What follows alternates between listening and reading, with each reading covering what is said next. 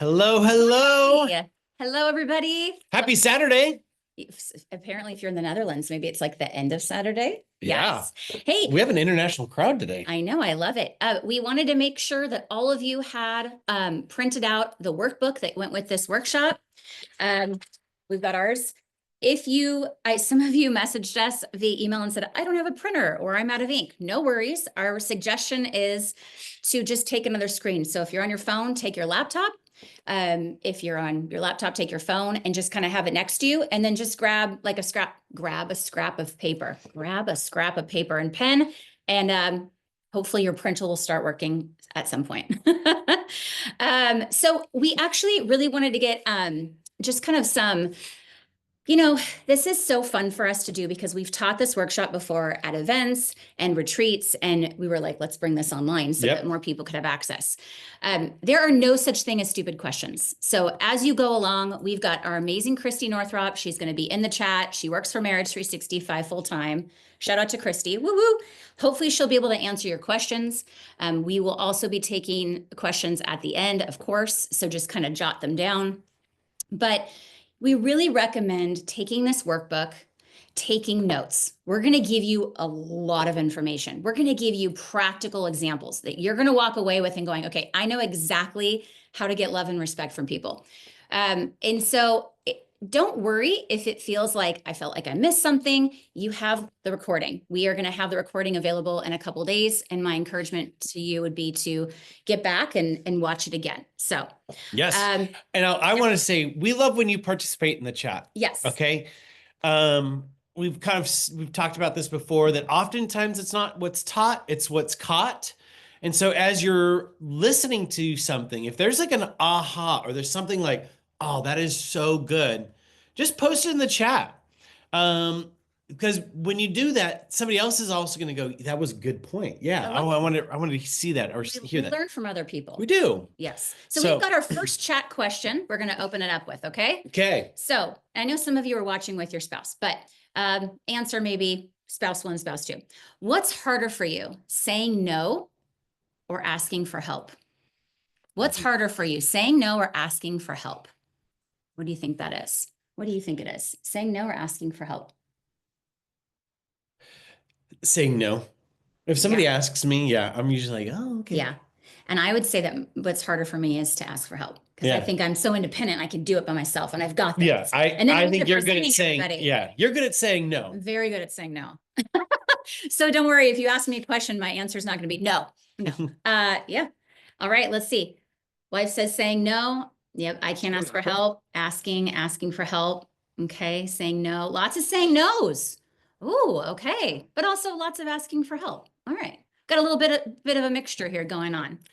Okay, which is good, because that's oftentimes in a marriage, just so you know, if you are watching with your spouse, and even if you're not watching with your spouse, I feel like opposites attract with pretty much everything. Yeah, we are very different. We are different. I think that is actually one of the biggest ahas out of just talking and being on podcasts and teaching, is realizing just how different we are. We really are. But we make it work. We make it work. And what we're going to teach you today is how we make it work. That's right. Yeah. Okay. So in your workbook, the very first, not the cover page, but I want you to turn to page 1. All right. And we're actually going to give you a minute or two to do this exercise like in real time. Yep. Okay. And it's, if you see, there's a scale, and we want you to rate your different relationships. Think about your marriage, your work, parenting, family, friends. So a 1 would be, I'm not feeling respect and love at all, right? And a 10 would be highest levels of love and respect possible. Now, this could be uncomfortable if you're doing this with your spouse and they're right next to you. So try not to peek at their answers, because we don't want to trigger you. But let's be honest. Where are you at in your relationship? So this is the worksheet that you should be looking at. Hopefully have it printed out. Or if you are just looking at it digitally, maybe just take notes, marriage, and you can rate your number either way. Okay. But we want you to be able to have a evaluation. Because we're actually going to work on this. Yes. And we're going to have you pick one relationship or one area of your life later. So this is very important. Yeah. We'll give you a minute or two. Yeah, okay. Yeah.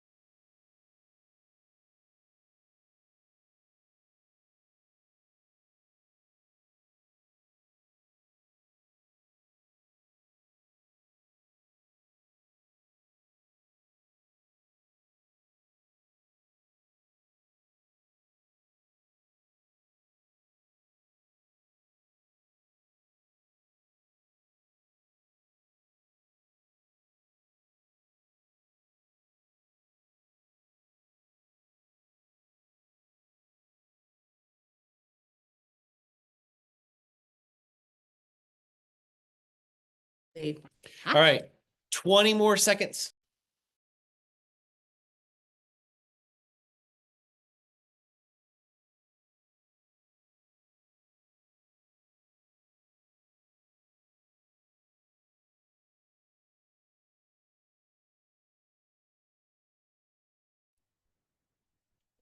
All right, as you finish up, don't be too hard on your number. If you're overthinking, some of you might be overthinkers going, I'm going to be stuck to this number. You can come back to the scale at any time you want. All right. It's not set in stone. Even if you did a pen, it's all right. Just cross it off and put a new number as we speak, because your number might actually shift after this workshop. And you might realize you actually don't have as much of love and respect as you thought, or maybe you have more than you thought. Yep. Right. All right, so we're getting started. And Megan and I just wanted to first start off by just saying thank you.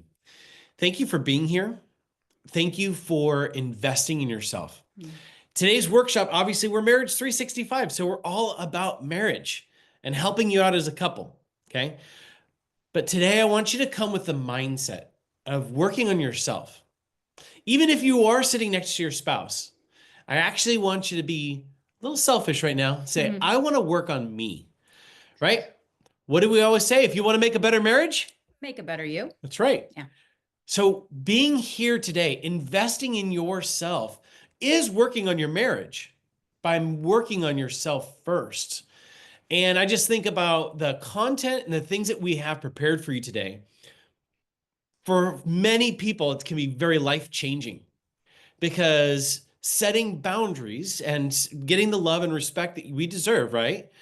That's a hard thing to do. Yeah. But it can absolutely change your life. You deserve love and respect, right? But getting that starts with you. When you know your values, you can gain clarity on what truly matters. When you know your self-worth, you do not allow people to mistreat you. Let me say it again. When you know your self-worth, you don't allow people to mistreat you. When you know your strengths and weaknesses, you're not going to be triggered when someone calls you out. Like, this is all about knowing yourself. Today is going to be a lot of insight into who you are. And so I just think about all of these amazing benefits. Truly, what's going to be like the outcome of today is confidence.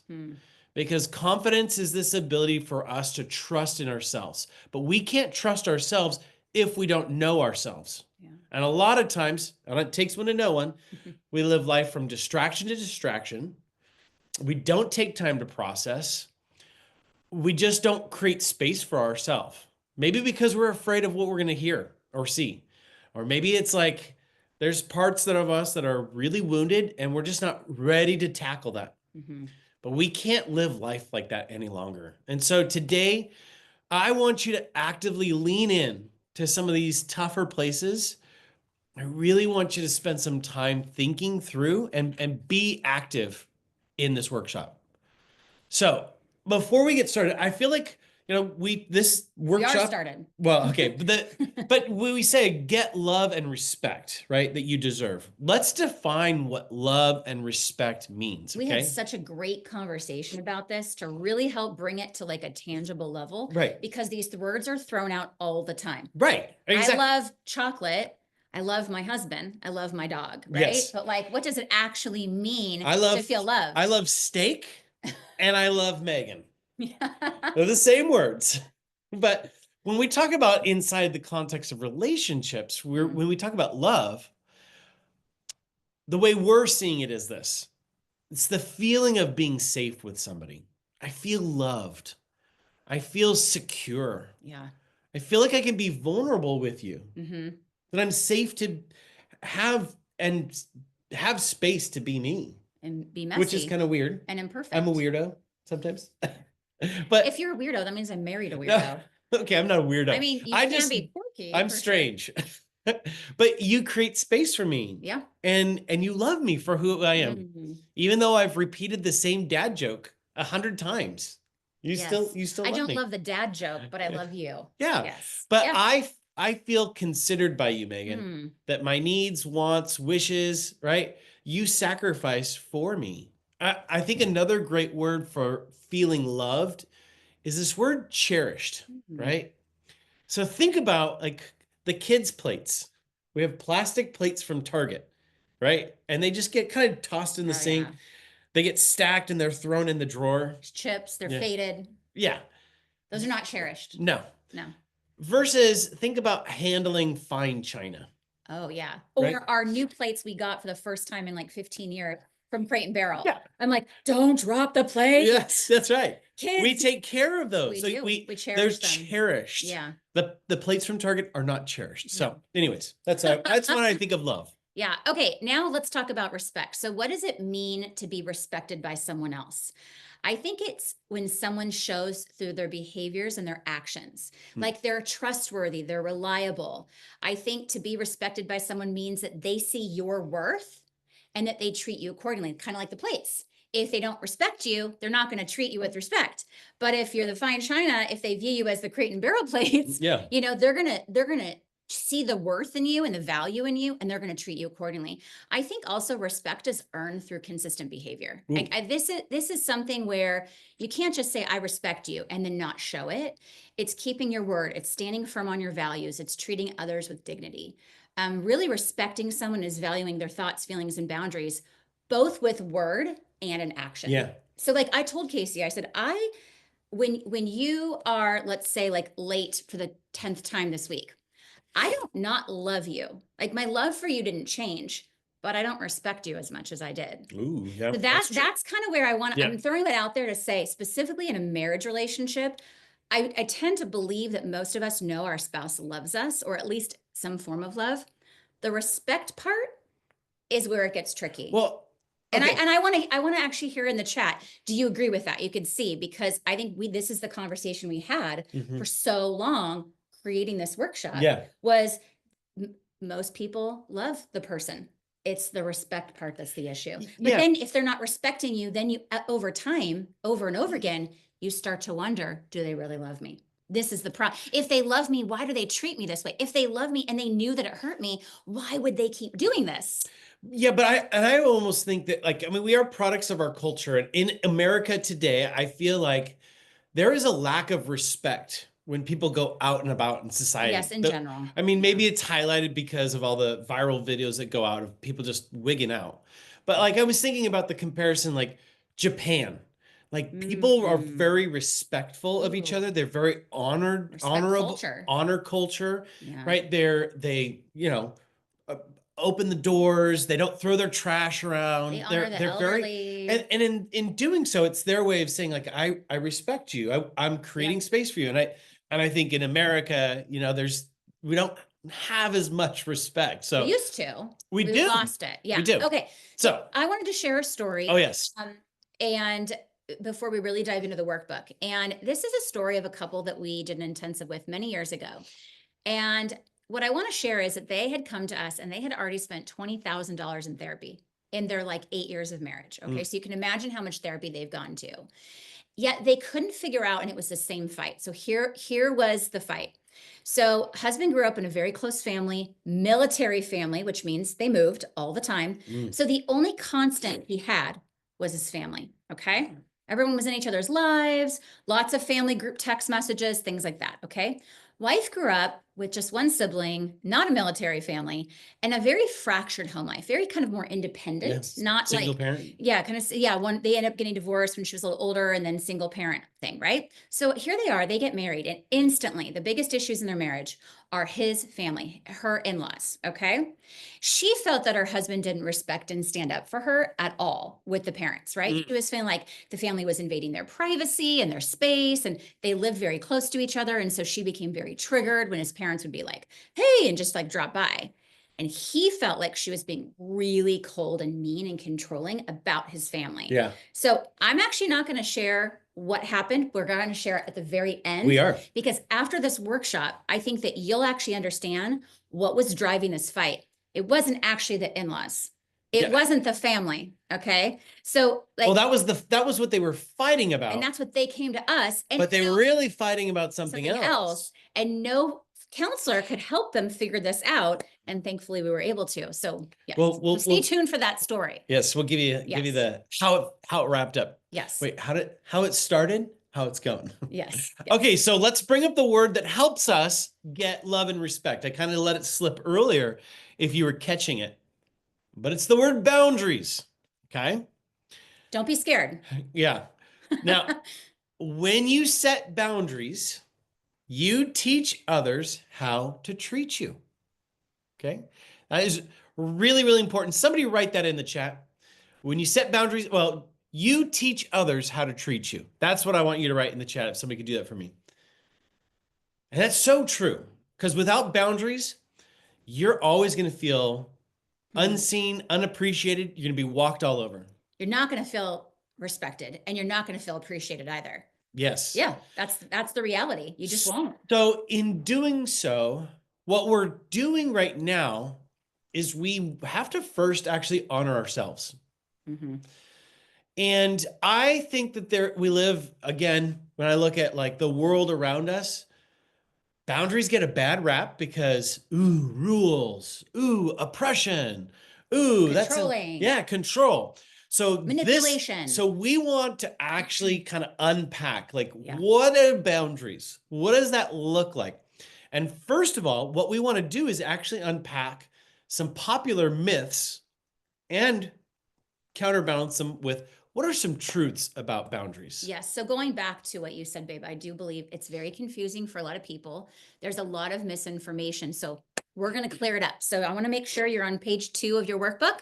You're going to see some fill in the blanks. All right. So a common myth we hear every day at Marriage 365, boundaries are mean. Boundaries are controlling. Yep. It's the number one thing we hear. I get it. I totally understand that myth. The truth is, boundaries can be communicated with kindness and respect.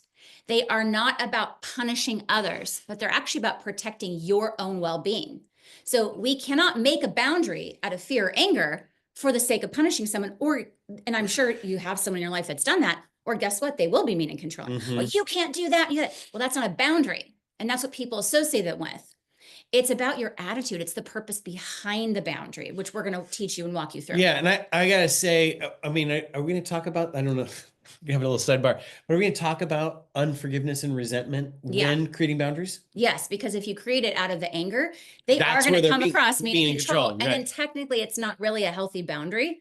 And that's what we're going to, and that's probably one of the biggest myths right there is when someone's creating a boundary, if they're not doing it the correct way. Yeah. If they are full of this, like they're so upset. Yep. Then they're going to come across so extreme. Absolutely. And that's one of the biggest things we work through during our intensives, actually, is we talk. Couples sometimes struggle with creating boundaries for themselves when they're in the process of healing because they'll make them extreme. Anyways, yes. Okay. Myth number 2 this is huge. Take notes on this one. They're all huge, but this is big too. Boundaries are about other people. That is a myth. They are not about other people. They are not. Yeah. And again, it does impact other people. Certainly does. But boundaries are about what you will and will not tolerate. Yep. Okay.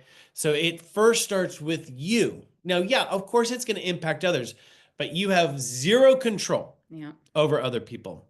This is not about telling your spouse, you can do this, you can't do that. Because they have 100% control over that. Yeah. So you can say, you can't yell at me. Okay, that doesn't work. And don't worry, we're going to give lots of examples of what a real boundary is. And I'm sure you've tried to nag, control, cajole, change, manipulate. Well, I was going to say in a positive way, correct a behavior. Well, yeah, but you still can't. But you still even can't. Toxic family members. Yeah. What we can say is haters are going to hate. I mean, that's you can't change that. Yeah.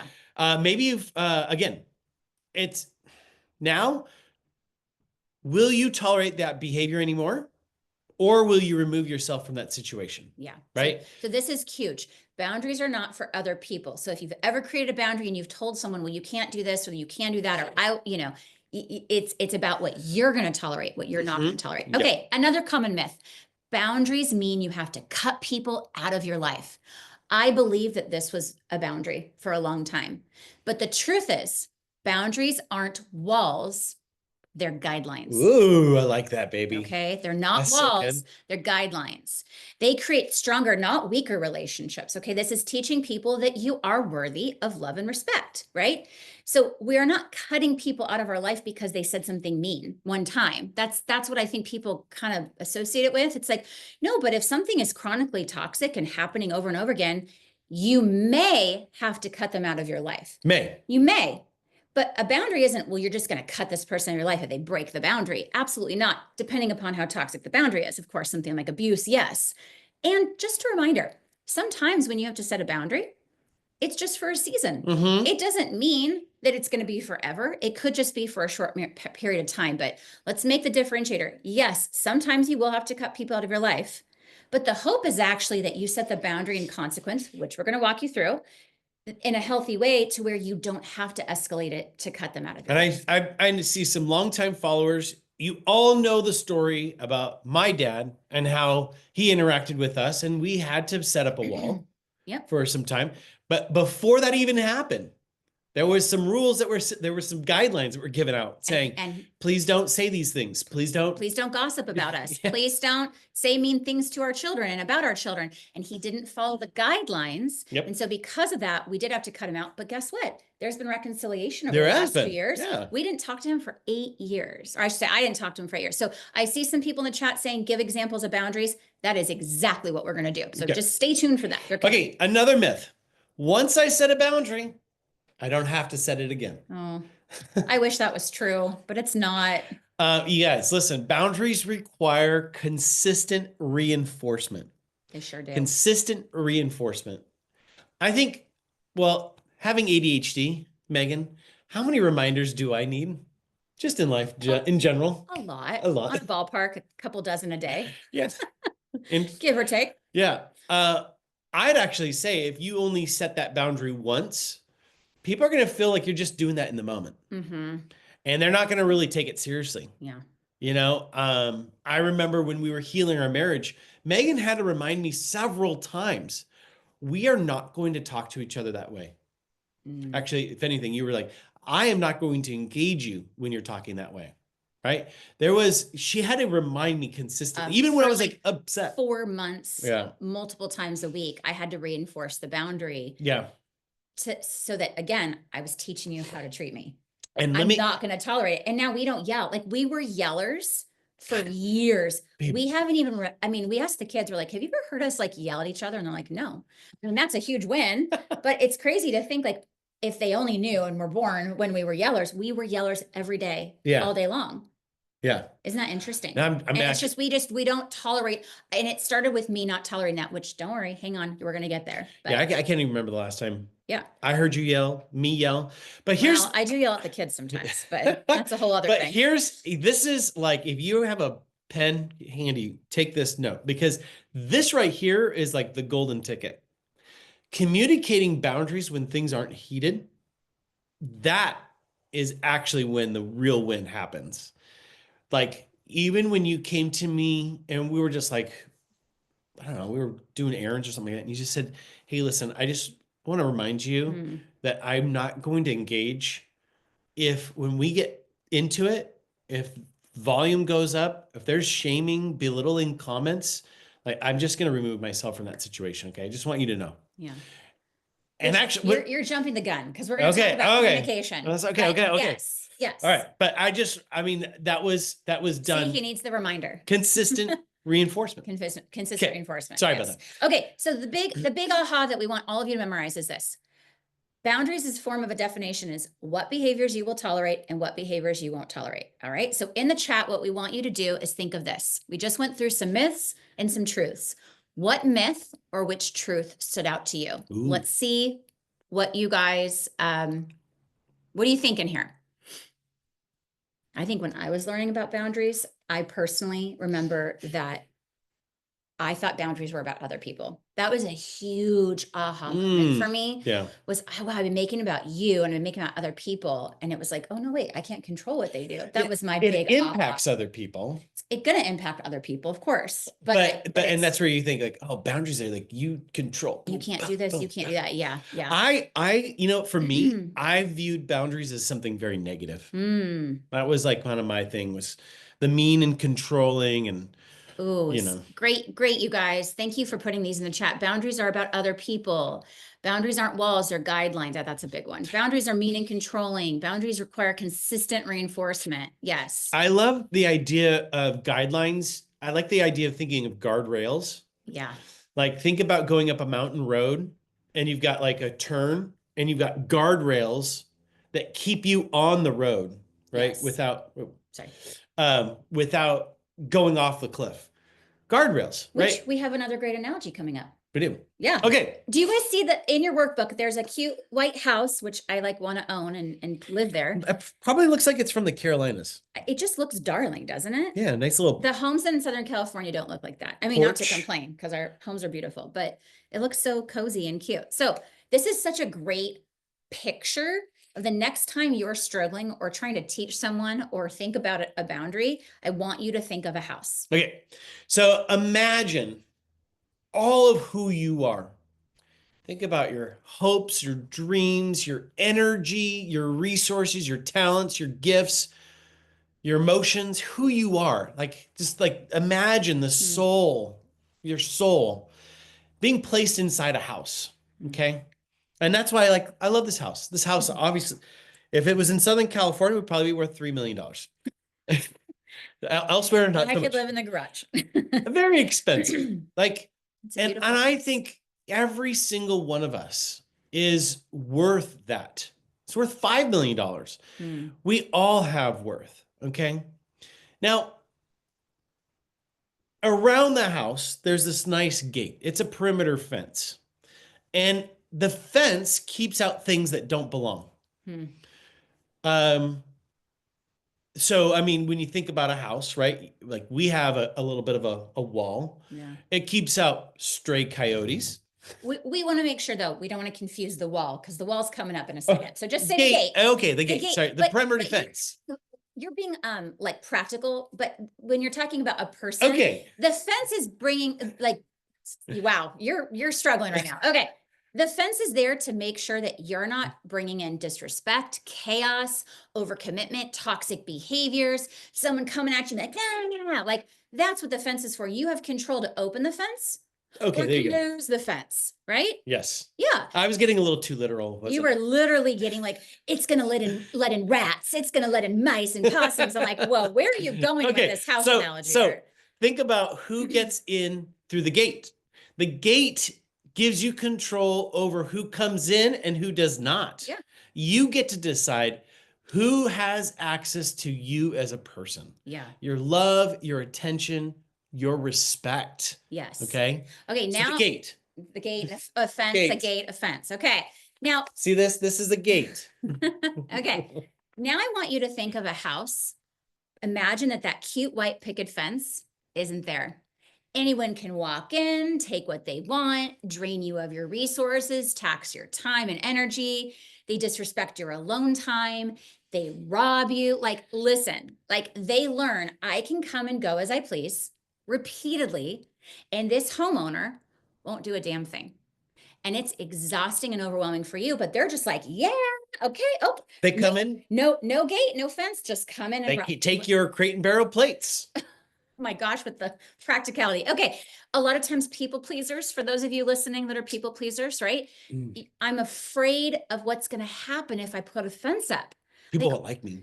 What is that going to say about me? Will people not want to be my friend, right? Okay. So imagine this house with no beautiful white picket fence and anyone can just come in and go as they please. And all of you would agree and say, well, that's not good, right? Yeah. Okay. But on the flip side, imagine this huge brick wall with no gate, no door, and it isolates you completely. It's keeping even the good out, right? And that's what happens when boundaries become too rigid. Mhm. That's what happens when we guard ourselves. The brick wall is it's stemming from resentment and anger and fear. And you're feeling like, I feel more secure. Like, Mm. this is good. I'm going to protect myself. But guess what? You're not experiencing love, connection, fun because your wall is so high up. And if you've ever Googled Jeff Bezos's house, he has the highest wall in this neighborhood. It's ridiculous. I understand because he's Jeff Bezos, but then I also think about like how he's had to do that because he's the richest man in the world, right? And so, but when you have a brick wall up, Mm. right, it's a form of self-protection, but it comes across as mean, controlling. Ooh, look at, ooh, this person has his house up and look at, I can't even come in. And again, you're missing out too on the love and the connection from people. Yeah. So we So love the house analogy because I think that this really, hopefully you understand, we don't want, no offense, we because don't then want people will trample all over your garden and people will, you're using the literal like words of a house, but okay. People don't want to people will come in and take advantage of you. That's Yeah. what that means. They're going to disrespect you. You're not going to know what to do. You don't want the brick wall up because now you're missing out on love and connection, but others also feel like you're being mean and controlling and guarded, Yeah. right? You want the gate, you want the fence, and you get to be in charge of when that fence is opening up and when that fence is closing. Okay, I think we trampled all over this analogy enough. So right now we want to hear in the chat if you're in a relationship you're struggling with, do you have a fence up?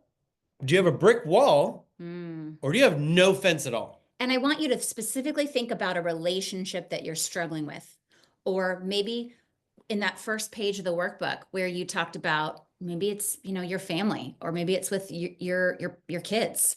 Where are you at? All right. Broken down fence, if I any have fence at no all. fence. Oh, I have no fence, and husband has a brick wall. That's a really, thank you for being vulnerable. That's a really interesting thing, right? Like you're like, come on in, stomp all over," and husband's like, nope, no one can come in. So yeah, you got the opposites going on. Yeah. Oh, I like that. I feel like I'm building a fence. That's good. I have a brick wall. Family, no fence. Yeah. Yep. It's hard, right? It's hard. Yeah. Lots of walls, lots of fences, lots of broken fences, lots of yeah. Okay. Well, thank you guys. Lots of no fences. All right. So now what we're going to have you do is turn to page 3 of your workbook. And we're going to talk about some warning signs that you're lacking boundaries. Now, what I love about this is that this might not even be you. These warning signs that we're going to talk about briefly, you may recognize them in other people. Like, oh, my boss, they have no boundaries. Oh, my husband, my wife, they have no boundaries. Okay. Again, if you have no perimeter fence up, okay, you're feeling these things. Yeah. Okay. That's typically what's happening. This needs to be like when you're driving along and the warning light goes off on the dashboard that says, hey, you're close to empty. Yes. This is the warning sign. Okay. If we don't stop, create boundaries, the guardrail is going to be gone and we're going to be going off that cliff. Yeah. So this is where we want to make sure that if you have one of these or all these warning signs, please pay close attention. Okay. So the first one's, of course, burnout and exhaustion, right? Yeah. When you're saying yes to everything, you're giving all of your energy to every single person and you leave nothing for yourself. Yeah. I remember we played a game for one of our, when we did a boot camp or something like that, when you're supposed to give your popsicle sticks to people to rescue them. Yeah. And then you basically have no lifeline. You have nothing left to give yourself. Yeah. And you'd be out of the game. Yeah. And it's true. We give ourselves to so many people and and we want to do that. I mean, there's some great causes, right? Parenting, work, but if we leave nothing for ourselves, like complete burnout and we're just tired. We feel that anxiety. That stress level is super high. Obviously, we have so much research around stress creating so many ailments physically with our bodies. We've got schedules packed to the max and you can't pour from an empty cup. You have to take some time, reserve some time for yourself. I mean, there's been times where Megan and I in the last 5 years, I remember when COVID hit and so much demand on the business. and we were working until like 11 o'clock at We night. had horrible boundaries with work. Oh, Horrible we were boundaries. too tired for sex, too tired for each Yep. other. It was not good. Yeah, And that was we, a big warning sign. Yep. Yeah. All right. The second one is resentment in relationships. This is, I'd say, another really common one, specifically in marriage. Now, let me just briefly explain resentment. It's when your spouse, your boss, whoever the person is that you care about, did something that hurt you, right? And you had a choice in that moment to forgive and let go, or you didn't, or you didn't, maybe you didn't know how to let go. And now it's built up resentment, which is really when it takes root in the heart and in your head. So you could have kind of put that pain away up in the garage and kind of forgot about it, but now it's like seeping out, and it's just, it slowly builds over time, or quickly builds. You know, underneath that resentment is just a lot of hurt, right? Over and over and over again. The hurt has had no resolve. I think a lot of women feel like this. Like, I've done so much for my spouse. I feel so frustrated and angry because I'm hurting and they're not pulling their weight. I'm guilty of that. You know, when you overextend yourself, Yeah. and that frustration builds, and you feel like people are taking advantage of you. You feel like, you know, people don't respect your limits, right? You're probably feeling, if you have resentment, unappreciated, undervalued, and other people probably don't even recognize that you're struggling, right? And so you get no respect. You've asked for change. Oh boy. Please work on this. Please, this is hurting me. And then you get nothing in return. Yeah. And it's like, that is a breeding ground for resentment. And of course, that's a warning sign that there is something missing. There's a lack of boundary there. Yeah. Yeah. Okay. I alluded to this earlier, but another warning sign is just this lack of confidence. And you kind of see that maybe in the way you talk to yourself. I think about these limiting beliefs that we communicate over ourselves. But if everyone's come through the house, robbed you of everything, your sanity, your peace, rest, you've taken no time for yourself, what happens is we just distract ourselves. We distract ourselves with so many different things, whether it's social media, taking care of kids, work, numbing out to alcohol, video games. Like, there's so many different ways We can for us to numb out. busy ourselves Yeah. that we take no time for ourselves. Mm-hmm. So then when push comes to shove and we're called to perform in life, we've got nothing in the tank. We don't know ourselves. So we don't even trust ourselves. So there's not, like, when I think about trust, like leaning into and saying, I can trust this. Yeah, there's like a lack of confidence there. Yeah. So, And confidence is the new sexy. Like, right? Confident people have those boundaries. And if you don't have confidence, it could be because you lack them. Okay. I think without boundaries, you can easily be that people pleaser. Yeah. And there's like not a true North Star. That's what it is. It's like, with confidence, you're like, I know exactly where I'm going in life. I know who I am. I know my giftings and talents and what's going to get me there and how I need to pull in to make that happen. And I also know my weaknesses, and I'm working on them. Yeah, that's And I'm right. aware of them, like you said in the very beginning, so that when someone comes to you and they say, oh, you know, like for me, I can't have control issues. Megan, you are kind of controlling. Yeah. I would have been unglued in the beginning of our marriage because I lacked confidence. I didn't have self-worth. I wasn't self-aware. But if you now say to me, which he does in love, you know, you're acting a little bit controlling, or it feels like you're trying to control this. I'm like, yeah, you're right. Yeah. Like, yeah, it's probably true because I know that about myself. So what I see with people lacking boundaries is they're living life very reactive, right? Yes. Because they haven't taken the time to go, this is my North Star. Yeah. It's kind of like they're just adrift. Yeah. And they find themselves caught in toxic cycles. Now, I see this a lot in my husband's group. Like, so I do a 5-week men's reset. And that whole process through those 5 weeks is to teach men how to create these goals for themselves. Like, how do I become a man when it comes to my physical body? How do I understand myself and my triggers? Where am I wounded that I need to address? These are all things that help provide alignment and goals for us to chase after. But if you don't have them, you're just kind of like drifting. Yeah.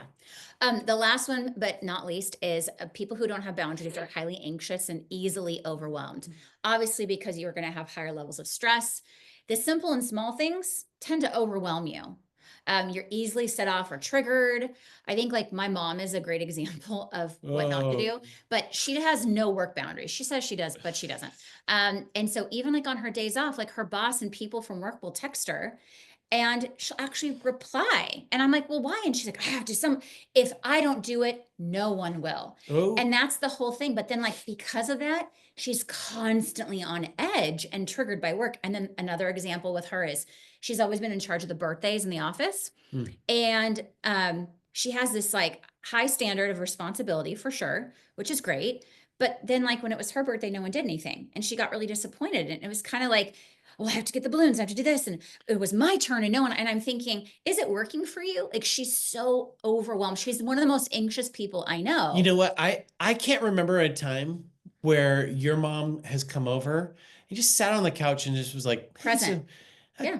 what are you guys up to? Like, And this tell is me, are you super excited? Like, ask us questions." Yeah, this is someone, and it's sad, right? Because underneath that is she doesn't feel respected by people. She doesn't feel appreciated by her coworkers, and she's constantly trying to do things, and she's just highly anxious and overwhelmed. So, Mm. what I want to hear from you guys is in the chat.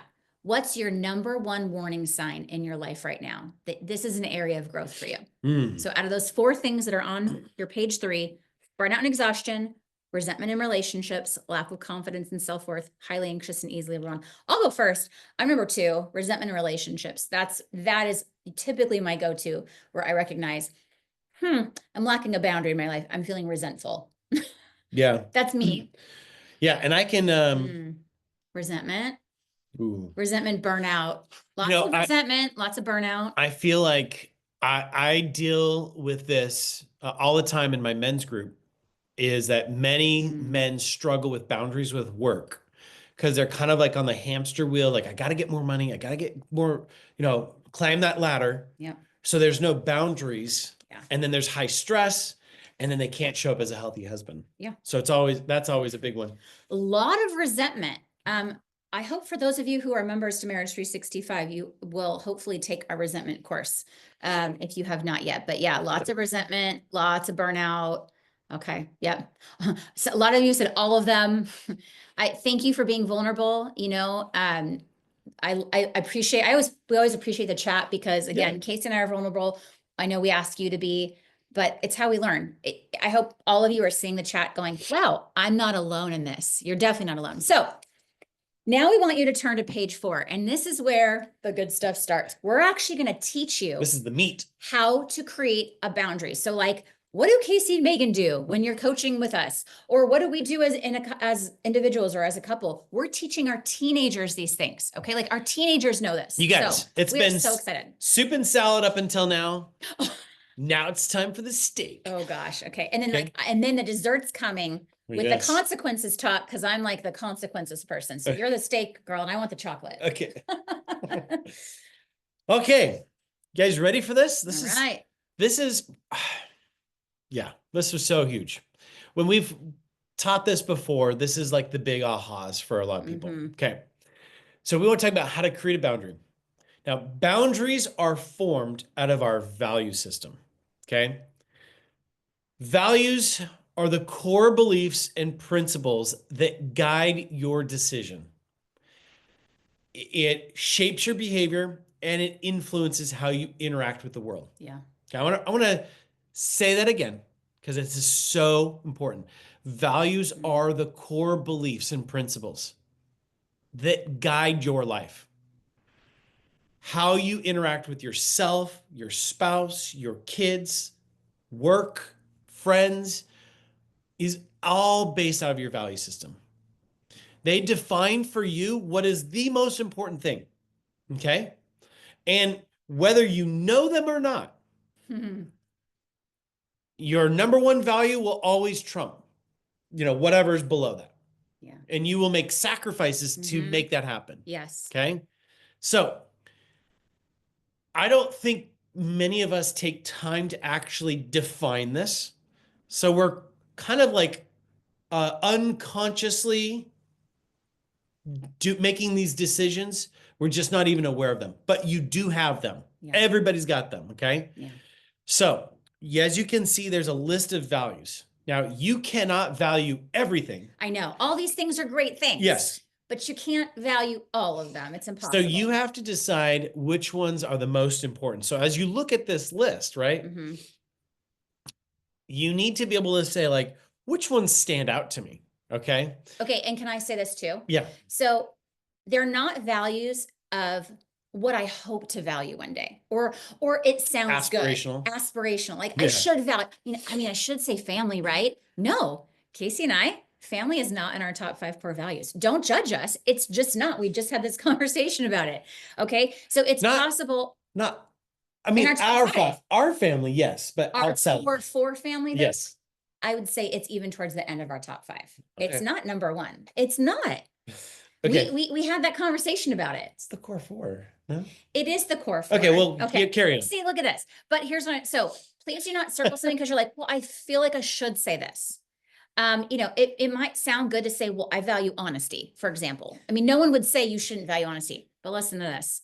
If you tell white lies, if you lie about yourself, you lie about your marriage, I'm talking not just to other people, you probably don't really value honesty. Sorry. You cannot say you value God if you are not praying, going to church, reading your Bible. Like, you're going to know by what you live out already. So there's kind of a little clue right there. It's okay just to admit it, to go, I want to value that, but I don't actually value that. For example, if you honor family over, say, well, we have examples. Service or justice, right? You're going to do more for your family than you are for justice. Okay. So before we do this activity, it's a terrible here's what we're going to do. Ready? We're going to read through some examples. You got it? Okay. All right. Peace. All right. Here it is. I value a peaceful home, so I do not allow yelling or aggressive behavior in my space.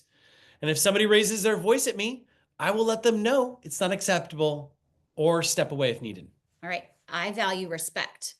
So I do not engage in conversations where I'm belittled or spoken to with contempt. If someone speaks to me that way, I will remove myself from the conversation. Family. I value my family. So I do not allow work or social obligations to interfere with quality time at home. I set boundaries around my evenings and weekends to prioritize my loved ones. I value responsibility. This one's mine. I value personal responsibility, so I do not enable people who repeatedly refuse to take ownership for their actions. I will support and encourage, but I will not fix or carry their burdens for them. That's a good one. That's mine, guys, right there. It's one of my top values. Wow. Loyalty. Okay. I value loyalty, so I do not maintain close relationships with people who gossip about me or betray my trust. That's like a... If I find out that someone has done this, I will address it and set clear expectations moving forward. I value time. I value my time, so I do not overcommit or allow others to take advantage of my availability. If someone continuously disrespects my schedule, I will limit my interactions with them. Okay. I love this. Faith. I value my faith, so I do not engage in conversations or activities that would compromise my beliefs. If someone pressures me to do so, I decline. Yeah. Okay. Health. I value my physical and mental health, so I do not engage in relationships that are constantly toxic or draining. If a dynamic isn't healthy, I'll speak up in love to encourage change. But if it continues, I will limit my interactions to protect my own health. Okay? We both value physical health. We create space and time. We prioritize that. And mental health. Yeah. That is. Okay. So before we give you this exercise, I have one example, one more. Okay. So let's say that you're like, oh no, I'm not like Casey and Megan. I value family. Okay. I value family. Okay. But your spouse is always at work or they're on their phone during family dinners, never go to family parties, right? You feel very now unloved, unseen, frustrated, disrespected. Because here's the thing, you've probably told your spouse and begged them, please, please, please make family a priority. And they haven't, right? And so this is why there's a bump up against your value. That you value family, it's evident spouse doesn't. And this is why there's a fight. It's not about that your spouse is not actually even on their phone or your spouse is sometimes late after work. It's actually that they don't value family as much as you do. I know. Okay, so here's the exercise. We're going to give you a couple minutes. We don't want you to circle more than like 10, okay? But then towards the end, when we'll give you a countdown, you have to pick five. Okay. So we're going to give you time right now to work on Right this. now, look at this. Now, if you don't see a word on the list, write it down. There's a notes page. You can just kind of add it. There might be a word you're like, oh, I didn't see it on there. No problem. Okay. So again, don't pick more than like 10. Just kind of circle some ones, but then you're going to have to narrow it down to five, and you're going to want to either do a star or whatever you draw, an arrow to five. The goal is the five. Okay. All right. And during this time, I need you to think about your life. I want you to actually think about the decisions that you've made over the past couple months, Mm-hmm. and think about what was behind that decision. Okay. So we're gonna give you a moment here. And if you have any Um, questions, you can we'll be right back. put them in the chat, and I'm happy to reply.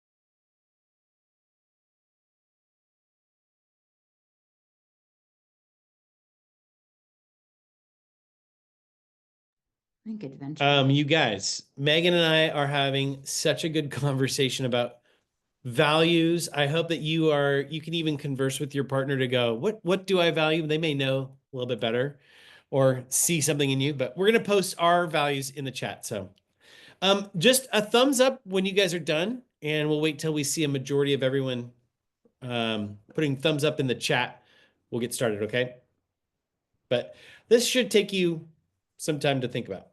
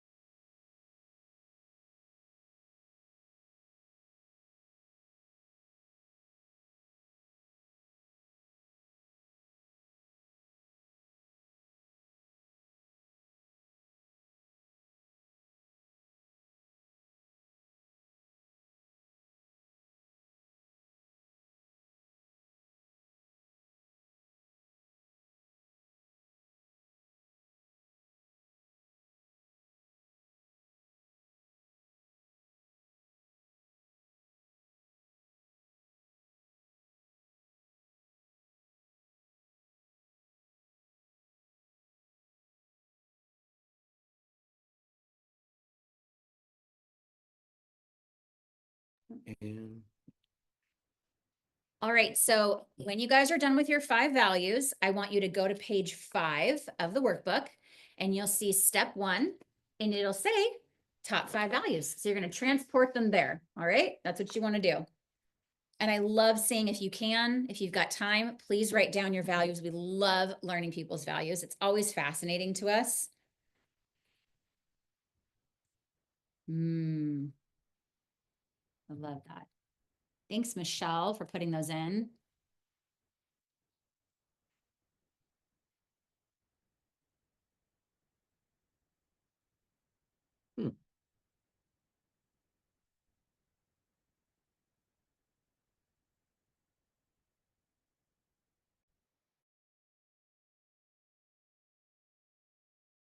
What if you so you can't should choose? be. Hold on, Carrie. What if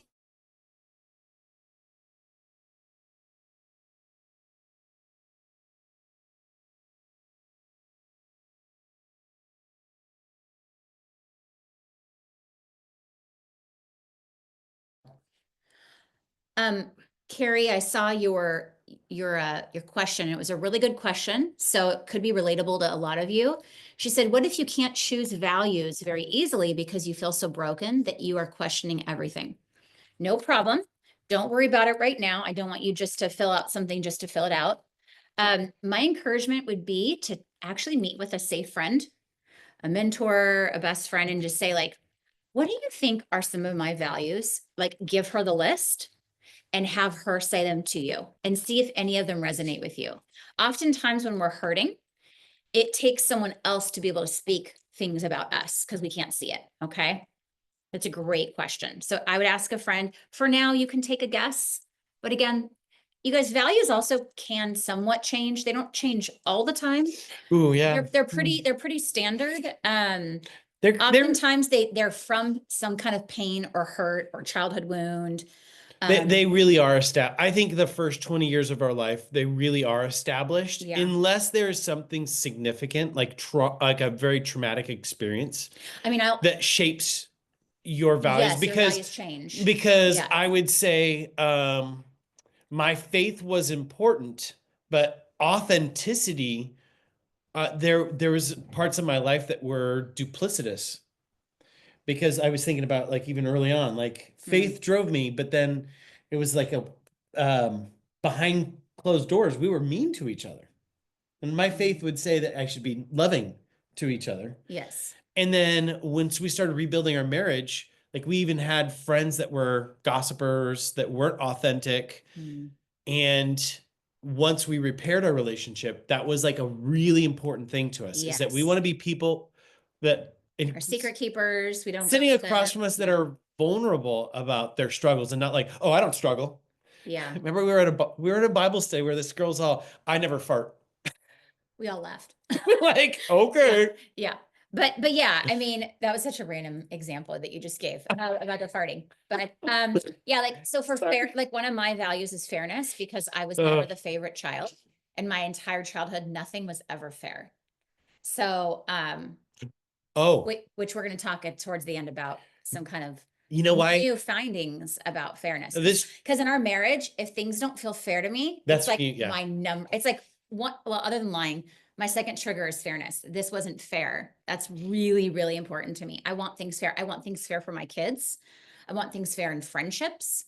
That's why I'm in not any Okay. one-sided friendships. Okay. This is an aha moment Yeah. right now. I'll tell you, one of the reasons why meaningful work is so important to me Tell me why meaningful. is my dad forced me to work. My dad was a painting contractor, and my dad forced me to, like, mask off doors, sand and, prime, walls, and patch holes. And it was like, being on the job site to me was not like, I kind of was forced to do this, like, Yes. manual labor. And that's why doing something meaningful, like, I didn't find a lot of meaning in that, even though I kind of value it today. That was like, I want to do something that's impactful to the world. Not that painting a house is a bad thing, but for me at that moment, my perspective was, I want to do something You were impact. you were forced to do a lot of things that you didn't want to do. Yeah. just because you were okay. Cindy, you had a great Ooh, yeah. question. You see all this? What happens when your spouse has very different values, like when they don't value the core four family, but value work and success more? That is an excellent question. We're not going to cover it right now, but let's cover it in the Q&A, because unfortunately, yes, that becomes very, very, very difficult. Now, as you can see, Casey and I actually don't have a lot of the same values. So, and we make it work. Now, one thing that is on both of ours is mine's humor, his is fun. And as we always talk about, it is the one thing, even when our marriage was really, really bad, we have had steadily, because it's something we both value. Like we do always have fun together. All these other things, maybe not so much. So hang on to your question. If you can remember it when we do the Q&A, I'd love to help you. Okay. And actually, just guys, just as you guys are going along, if you do drop a question in the chat, Christy's picking that up, and she's got a doc off there that she's tracking all of those. Okay, so as questions come up, feel free to just say, "Here's a question for later," and we'll get to them at the end. Okay. All right. So now that you've done step one and you've picked your top 5 values, now we're going to go into step 2. And this is one of those things, you guys, I'm just going to warn you. These are the things, the habits, the behaviors that you probably know you shouldn't allow. But if you're being honest with yourself, you kind of allow them. And whether you allow them every once in a while or whether you allow them all the time, you know, from where we're at now, an hour into the workshop, you're like, yeah, it's negatively impacting me. Like it's taking its toll on me. Okay. So we gave a few examples, but we wanted to read a few more. And really, these things you're allowing and you don't want to are based kind of on your values. Again, like you just identified the values. So we have some more examples though. Okay. You're only going to pick one. Now you can pick more. You can put on the notes on another page, but we want you just to pick one, what I allow, but don't want to. So we'll give a couple So more. some are listed. Here's some other ones that didn't make the worksheet. I allow my mother-in-law to come in and judge the way I parent, keep the house, spend my money. Ooh, I allow my wife to spend all of her time with the kids and leave nothing for me. Oof. I allow my marriage to have no consistent rhythms that keep us connected, whether that's date nights, connection times, the weekly marriage business meeting. I allow my partner to speak to me with sarcasm and disrespect, even when it hurts me. Oh, I allow people to pressure me into commitments I don't actually want to make. That's people pleaser. Yeah. PTA. Yeah. PTA. I allow myself to overextend and take on more than I can handle to please others. Okay. Yeah. So if you're bold enough, we're going to ask you, can you put it in the chat? Once you put it on step 2. All right, we're going to give you 2 minutes. Yeah.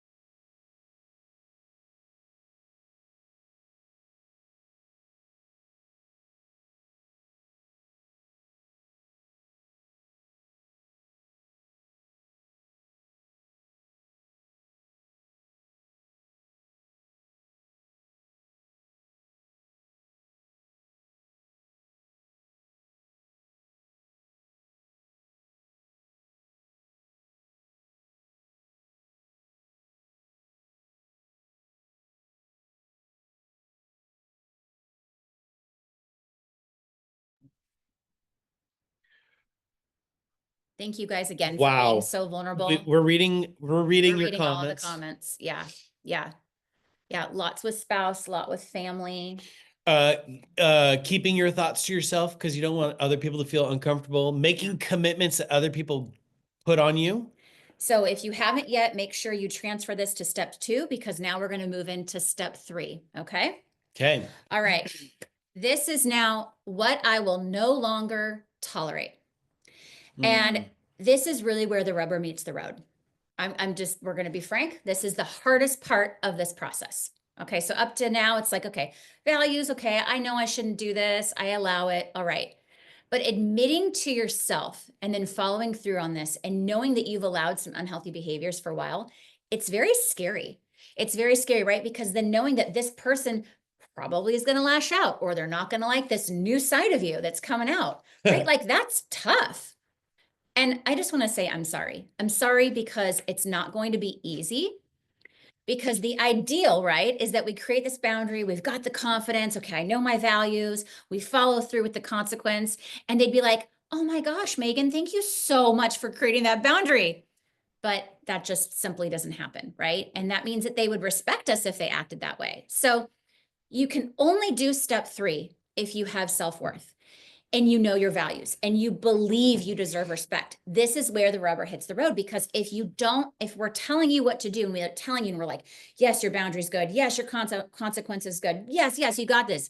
But if you don't believe you deserve respect, you're not going to do it. You're not going to follow through. You're going to continue to tolerate this. But here's what I want to tell you. You at some point will hit a breaking point. You will snap. Now, some of you on here, you've already hit your breaking point. While others of you, you may not be really at that breaking point yet. You may not be fully ready to follow through. And, you may write out this new boundary and you know your values, but you're like, I don't really know yet. It's really hard. It's hard. It's not easy. At one point in your life though, and it might be a month, it might be a year, it might be 10 years, you're going to be ready. Our advice to you would be push up your timeline.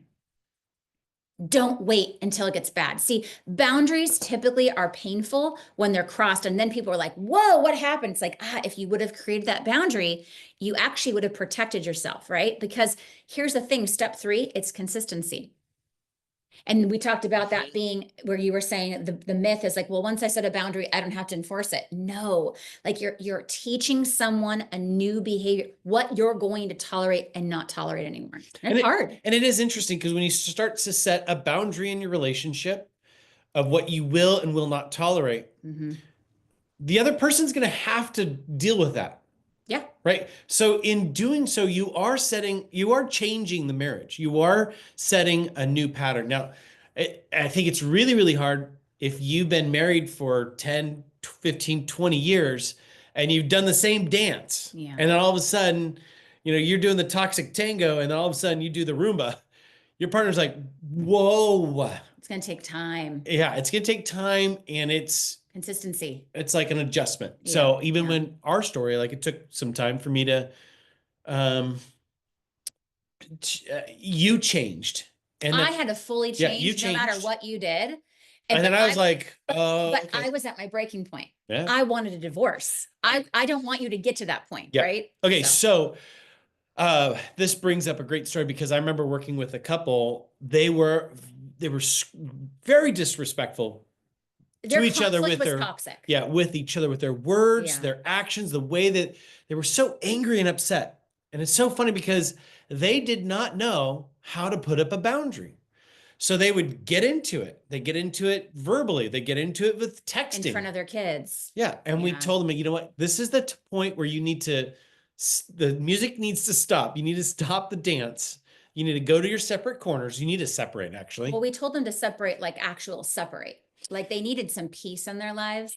Yes. And they needed to do some healing and everything else. A lot of resentment towards each other. So we gave them a boundary. We said, hey, you're no longer going to do this to each other. And they were asking us, please help us because we hate this, the kids were starting to notice these behaviors. Well, let's just say they didn't like what we had to say. Well, no, they liked it and then they didn't follow through with it. No, they liked it. They're like, well, no, you're right. We need to do this. We need to get better. Yeah, but ultimately they didn't like it because they didn't follow through with it. They did not.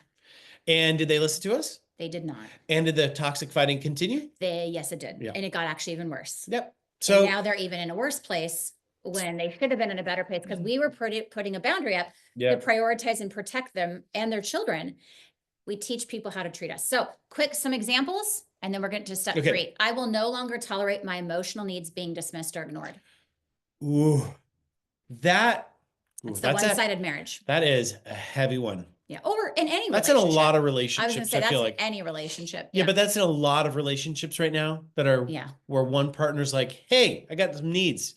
I'm not going to no longer tolerate yelling, name calling, or passive aggressive behaviors when we get into conflict. Yes. I'm no going to no longer tolerate friendships where I do all the giving and get nothing in return. I have takers as friends. Yeah, we have a few people like that. That's hard. Not in our life, but people we've helped. That's a hard one.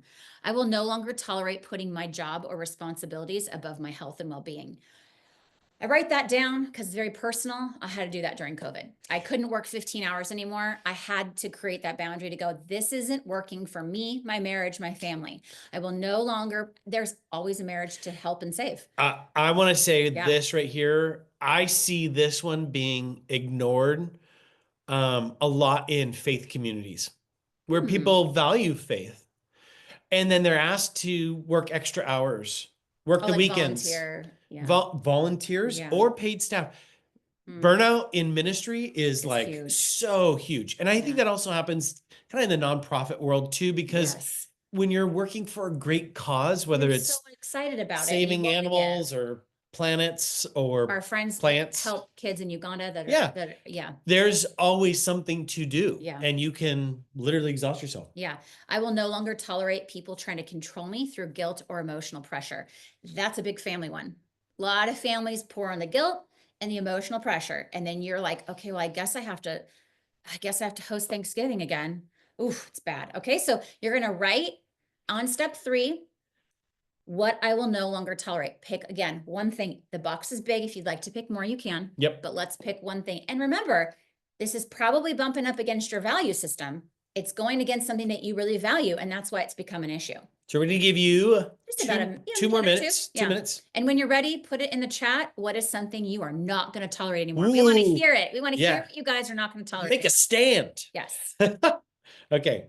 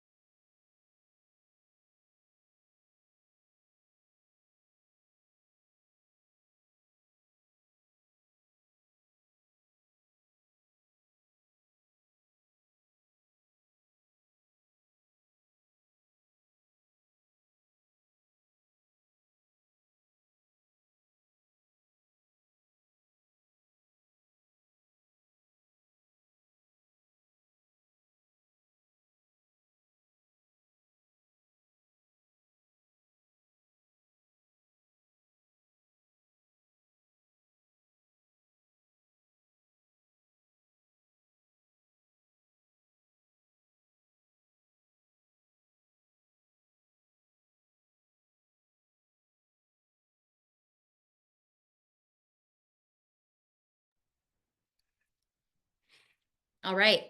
All right. I want to just quickly and briefly talk about this because I don't need to elaborate much. It's when to communicate your boundaries. Okay. It's actually, there's a little box I have notes on under step 3, but Boundaries actually don't always need to be spoken. Hmm. Sometimes they do, and sometimes they don't. And you're going to kind of have to figure that out as you go along, but I wanted to give you a guide. What matters most about your boundaries is that the actions and the choices align with them. So do not say, well, I'm not going to tolerate this anymore, and then tolerate it. If you cannot follow through almost 100% of the time, I really don't recommend communicating it. Because here's the thing, if I went to tell Casey, you're not, I'm not going to tolerate you yelling anymore. It's a great boundary. And I tell him that, and he's like, okay. And then I yell at you. one I time yell and at two you. times, I'm really good on my boundary. And then the fifth time, I'm like, I let him yell at me. Okay, I get it. You're not going to be perfect, but you kind of have to be, I don't want to say close to perfect, but is the most efficient you can be. So if you're going to communicate it, that's the rule. Can you be like 90% or higher? If you can't, you're like, oh, I'm not consistent. This is new for me. Don't communicate the boundary ahead of time. There's no need to, because again, they're going to feel like it's an empty promise, or it's like, oh, she's just threatening. And this is where another myth is, threatening. Well, they're just threatening. I don't know how many times I've heard women say in coaching, well, if he does this, I'm leaving. Have they left? No. And then they do it. And then this husband does it, and she's still there. Yeah, exactly. That what I'm saying right now is that's where you have to be really careful. So again, example would be if your spouse is checked out, emotionally vacant, and you're like, I'm just letting you know I'm no longer going to tolerate you and just not meeting my needs and just ignoring me and being vacant. And then your spouse continues to be lazy and doesn't do anything about it. What was the purpose of communicating the boundary? So you have to be able to follow through with the boundary and the consequence, which we're getting to consequences now. Okay. Actions speak louder than words when it comes to getting respect from others. Let me say that again. Actions speak louder than words when it comes to getting respect from others. I'm just going to say it one more time.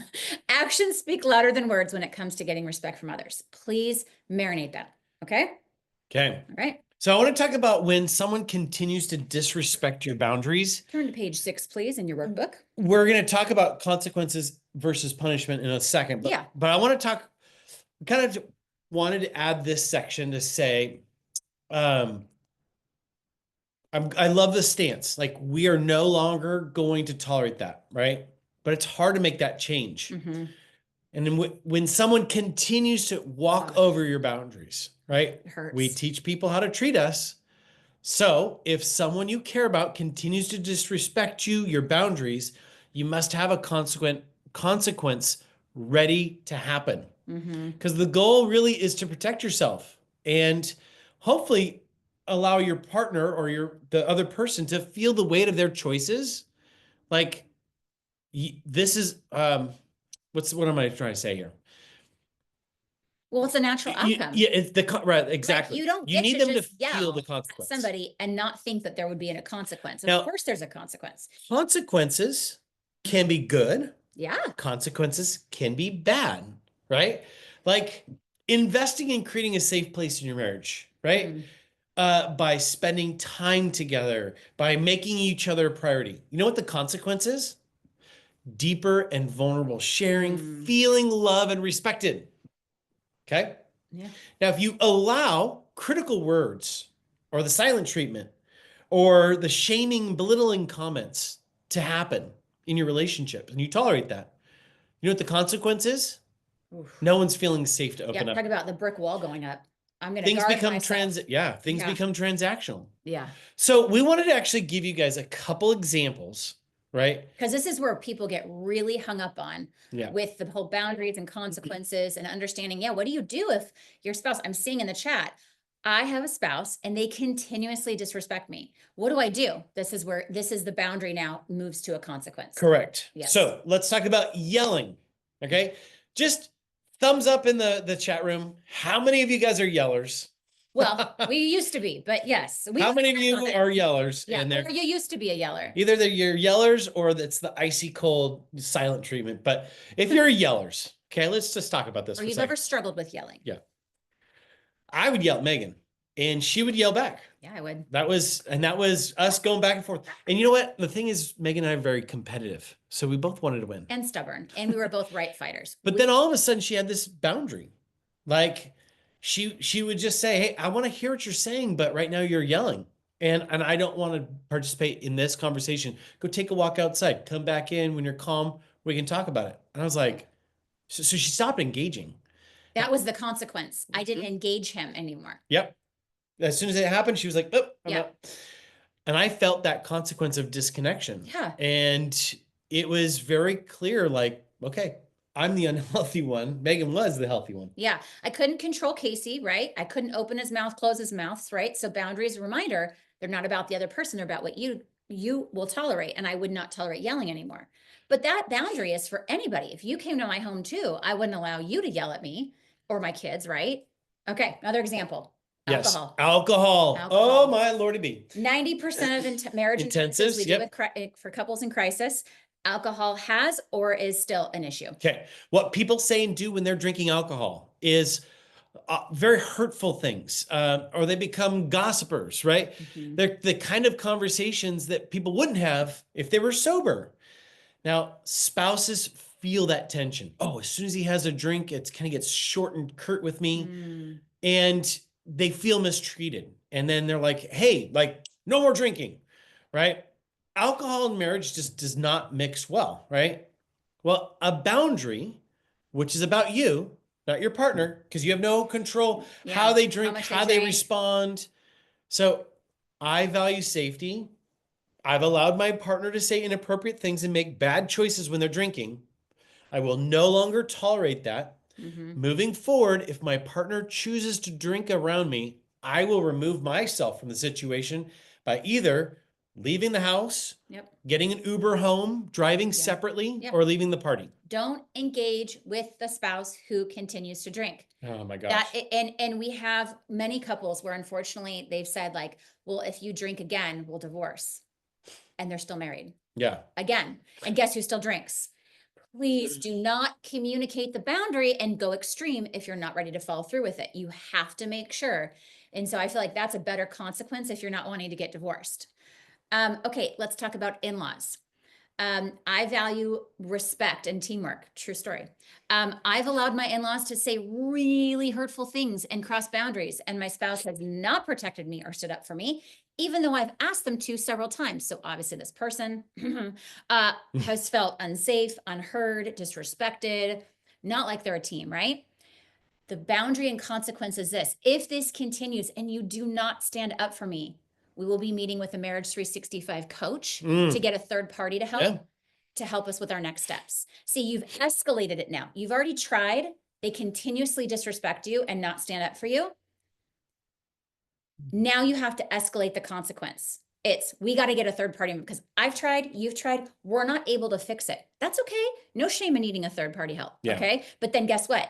You have to make sure then you purchase the session and you sign up for coaching. Mhm. If you don't do that, then they're Hey, going to learn hey. you're just empty threader. And by the way, there's plenty of people that sign up as a couple, and the one spouse is like, I'm showing up whether you show up or not. Yep. Because I'm getting help for myself. And if Sometimes they show up, sometimes they don't. And that's what you do. You say, I got a session at 2:00 on a Tuesday, and here's the Zoom link, whatever. If they don't show up, then we're going to have to escalate it again. Yeah. And see, the consequence is going to have to change now. You have to move the marker Okay. so that they learn that you're serious about this. Babe, what video is it? I think it's Tips for Healthy Separation, where we kind of talk through the different escalation levels. Oh, no, it's when your spouse stops trying. When your spouse stops trying. How do you escalate when your spouse Yes, stops that's trying? right. That's right. Yes. Because Yes. you don't just go straight Yep. to separation and divorce. Like Okay. there's different steps. Okay. So quick question in the chat. In Ooh, I what wanna see areas this. of your life have you seen boundaries disrespected? Mm. In-laws, money, passive aggressive comments. Alcohol. Mm. Ooh, critical words or gossip. How about phone usage? Ooh, so in what areas of your life have you seen boundaries You guys. disrespected? This thing right here, just throw it through the window. Yes, and Phil, we will definitely be addressing the silent treatment in Alcohol. the question in the Q&A because we got a few of those. Looking at the chat. Phone usage, alcohol. Yeah, think about it. What areas in your life have you seen boundaries disrespected? And again, this could be outside of marriage as well. Oof, yes, letting my in-laws, get in the way. Okay. Alcohol, phones, I'm in-laws. seeing a lot of alcohol. Yeah. Parents, phones. That must, I feel bad like when in-laws get in the way of our marriage Oh, is our biggest struggle. so frustrating. That's hard because you're trying to strengthen your marriage and it's the outside noise. It's not even with you two. And here's my thing is your family should be your biggest supporters, Yeah. encouraging you, loving you, babysitting for you so that you can go Yeah. on dates. Yeah. Money. Yeah. All right. Okay, you Belligerent guys, speaking with disagreement. thank you so much for sharing. What we're going to do is now we're going to lean into consequences versus punishment. This is where people get Yep. twisted up. They don't understand the difference. So I really hope this brings clarity for you, okay? We gave you a big notes section, and there's some fill in the blanks here on page 6 of the workbook because this is a huge issue. All right. This is where this is the chocolate for dessert here. Okay. This is where you got the boundary, you got the values, all those things matter. But now it's, okay, someone's not respecting them and they're doing it over and over again. What do I do? So we hear these things. Consequences are for children. I'm not his mom. I feel so confused about how to give a consequence. Consequences are so mean. They're manipulative. Wow, right? Okay, no. When done incorrectly, yes, but you're going to learn how to do it correctly. So consequences teach, punishment shames. That's one of the first fill in the blanks. Consequences teach, punishment shames. So you see, consequences help someone understand the impact of their behavior, while punishment focuses often on making them feel bad. Okay, so I'm going to give you a common example. If my husband calls me a bitch, sorry, but let's just call it for what it is. Okay, why would I want to have fun and connect with him and have sex? If he just name called me and we got in a fight and he called me a bitch, and then, if he really thinks that I'm a bitch, why is he married to me? Right? And so hopefully that will teach your spouse that calling you names has a natural consequence and that you're probably going to be a bit more guarded. So if he initiates sex the next day, you're probably not going to want to have sex with someone who just called you that, right? And so you could say something like, I'm still processing the fact that you called me a bitch and then you never apologized. And now you want to have sex with me. How am I supposed to respond to that? Ooh. Put it in their court. How am I supposed to, what do you want me to do with that information, right? So versus in that situation, shaming him for name calling you, right? Like, you think you can call me a bitch and still have sex with me? Okay, see, that's more shaming. But that's where the consequences teach the person what you're going to tolerate and what you're not going to tolerate. Yep. Consequences are about responsibility. Punishments are about control. Okay. Consequences force somebody else to be accountable for their action. Yep. That if you do this, I will be doing this in order to protect myself. And that's entirely on you. You'll be responsible if I stay in the situation or not. So you're teaching them there are natural and logical results to their actions. Yeah. That they have to take responsibility. Now, punishments seem to be more emotionally charged, designed to make somebody suffer rather than learn. And you're trying to control them, right? If someone fails to include you in your plans, you can simply make other plans without them. Yeah. But punishment's almost like, oh, you didn't include me? I'm just not going to talk to you for a week. Or passively aggressive. Silent treatment. I'm going to give you the silent treatment. That is a punishment. That's not a consequence. Yeah. Yes. Oh, you're making plans without me? Well, I'm going to make plans over here. Without you on purpose. Yeah, on purpose. Yeah. And it's a bit more childish. It's typically stems from someone who's really, really hurting. By the way, people who do more of the punishment, it is about control and it's about manipulating you to get you to do something different. And that's a whole other toxicity level. Oftentimes we would say, if that's your marriage, you need coaching. 100%. The next fill in the blank is consequences are proactive and punishments are reactive. Okay, so consequences set very clear expectations and follow through ahead of time. That's why we're doing this. While punishment is usually very unpredictable in the moment. So let's just say I'm going to my mother-in-law's house. She's very passive aggressive with me. I know this. She's rude. She ignores me, but we've made an agreement. I'm going to go to this because it's Christmas. Okay. But if I have my consequence ready to go, right? The second that my mother-in-law, that woman makes a critical comment to me, in front of my kids, right? I'm going to excuse I don't have to freak out. Yeah. I don't have to cry. I don't have to call her out. No, I don't have to do any of that. I can excuse myself, take a deep breath, and leave the home and go home and be like, that's not how I ideally would want to spend Christmas. But you know what? Again, you're going to hit your breaking point. Would you rather be in an environment where your mother-in-law is making fun of you and being critical on Christmas, Ouch. which you don't deserve, or going to Christmas and watching a Hallmark movie? I mean, really, that's the self-regulation that you get with consequences when you're very proactive and you understand the next time my husband yells at me, I'm just not going to engage. I'm going to walk away. If you've got that ready to go, you won't be so reactionary. Yeah. Yeah. Okay. It's good. Consequences promote change. Punishments breed resentment. Okay. So I think about a consequence. I almost kind of feel like consequences are very non-emotional and they're very like open, right? Hey, these are the natural consequences. If you yell, I'm going to leave the conversation. If you talk to me in a polite way, I'm going to be here and I'm going to listen and I'm going to engage. Mm-hmm. So consequences end that toxic dance and they open up to new possibilities. Whereas punishments, they kind of harden the heart They because do. because they're punitive. Yeah. And they create more anger in the person, Yeah. which means that they're less likely to make changes. It's very like tit for tat. Well, you did this, so I'm going to do that. Yeah. Yeah. So we want the consequence to be very natural, and we're going to give you a ton of examples right now. So take your notes and okay, so write these we down. wanted to give you guys the different takes between what a consequence and a punishment is. So let's go back to the yelling example. Here's another way to say it. Yeah, I don't feel safe talking when you raise your voice. If you yell, I will step away and we can talk later when we're both calm. That's a healthy consequence. See, that's teaching the other person how to treat you. That's being very proactive, right? Yeah. That's creating an opportunity for us to improve our relationship.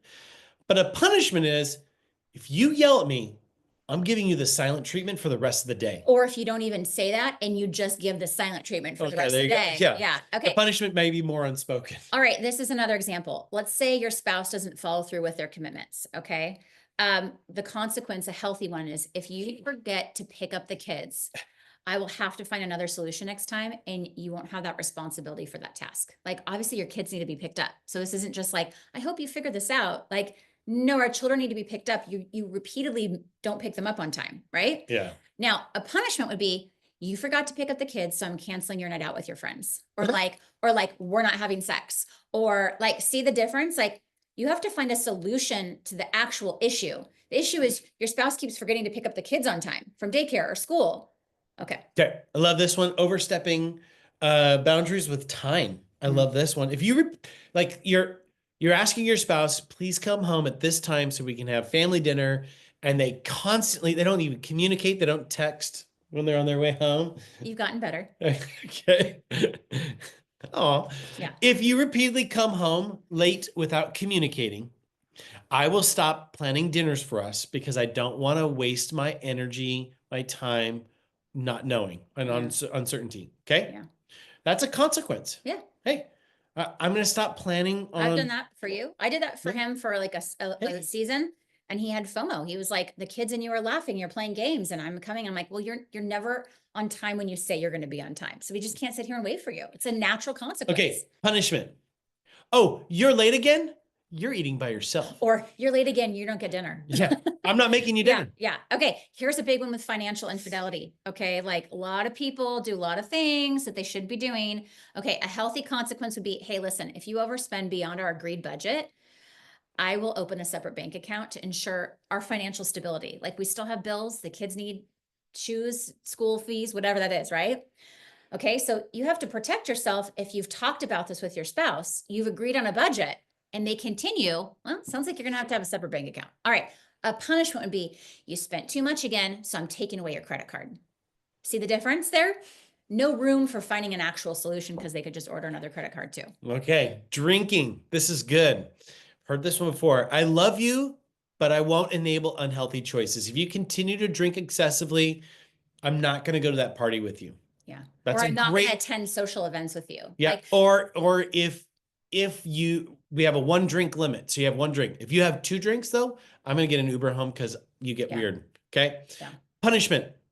You drank last night, I'm throwing away all the liquor, yeah, right? Or yeah, you never drink again, yeah. right? That's a punishment. Yeah. A lot of times the consequence needs to be coaching, therapy, a marriage intensive. If the behaviors are more on the toxic side and you've had multiple conversations, oftentimes the consequences get a third party involved. Okay. But can I just say Oh, this? So the difference between a consequence and a punishment, punishments seem to be very reactive. and at a fear and control. Yeah, Yeah. and they're usually done out of hurt. Yeah. Oh, I'm taking the credit cards. You never drink in. You can't go out with your I'm friends. tracking you all the time. Yeah, Yeah. yeah, exactly. Whether you say it that it way or feels do like, it. yeah. Yeah. Okay, but consequences are coming from a place. I know my value. I know my self-worth. I know who I am. I'm worthwhile. And honestly, they, we always say like insecurities are loud, confidence is quiet. Confidence can communicate in love to say, hey, listen, I love you.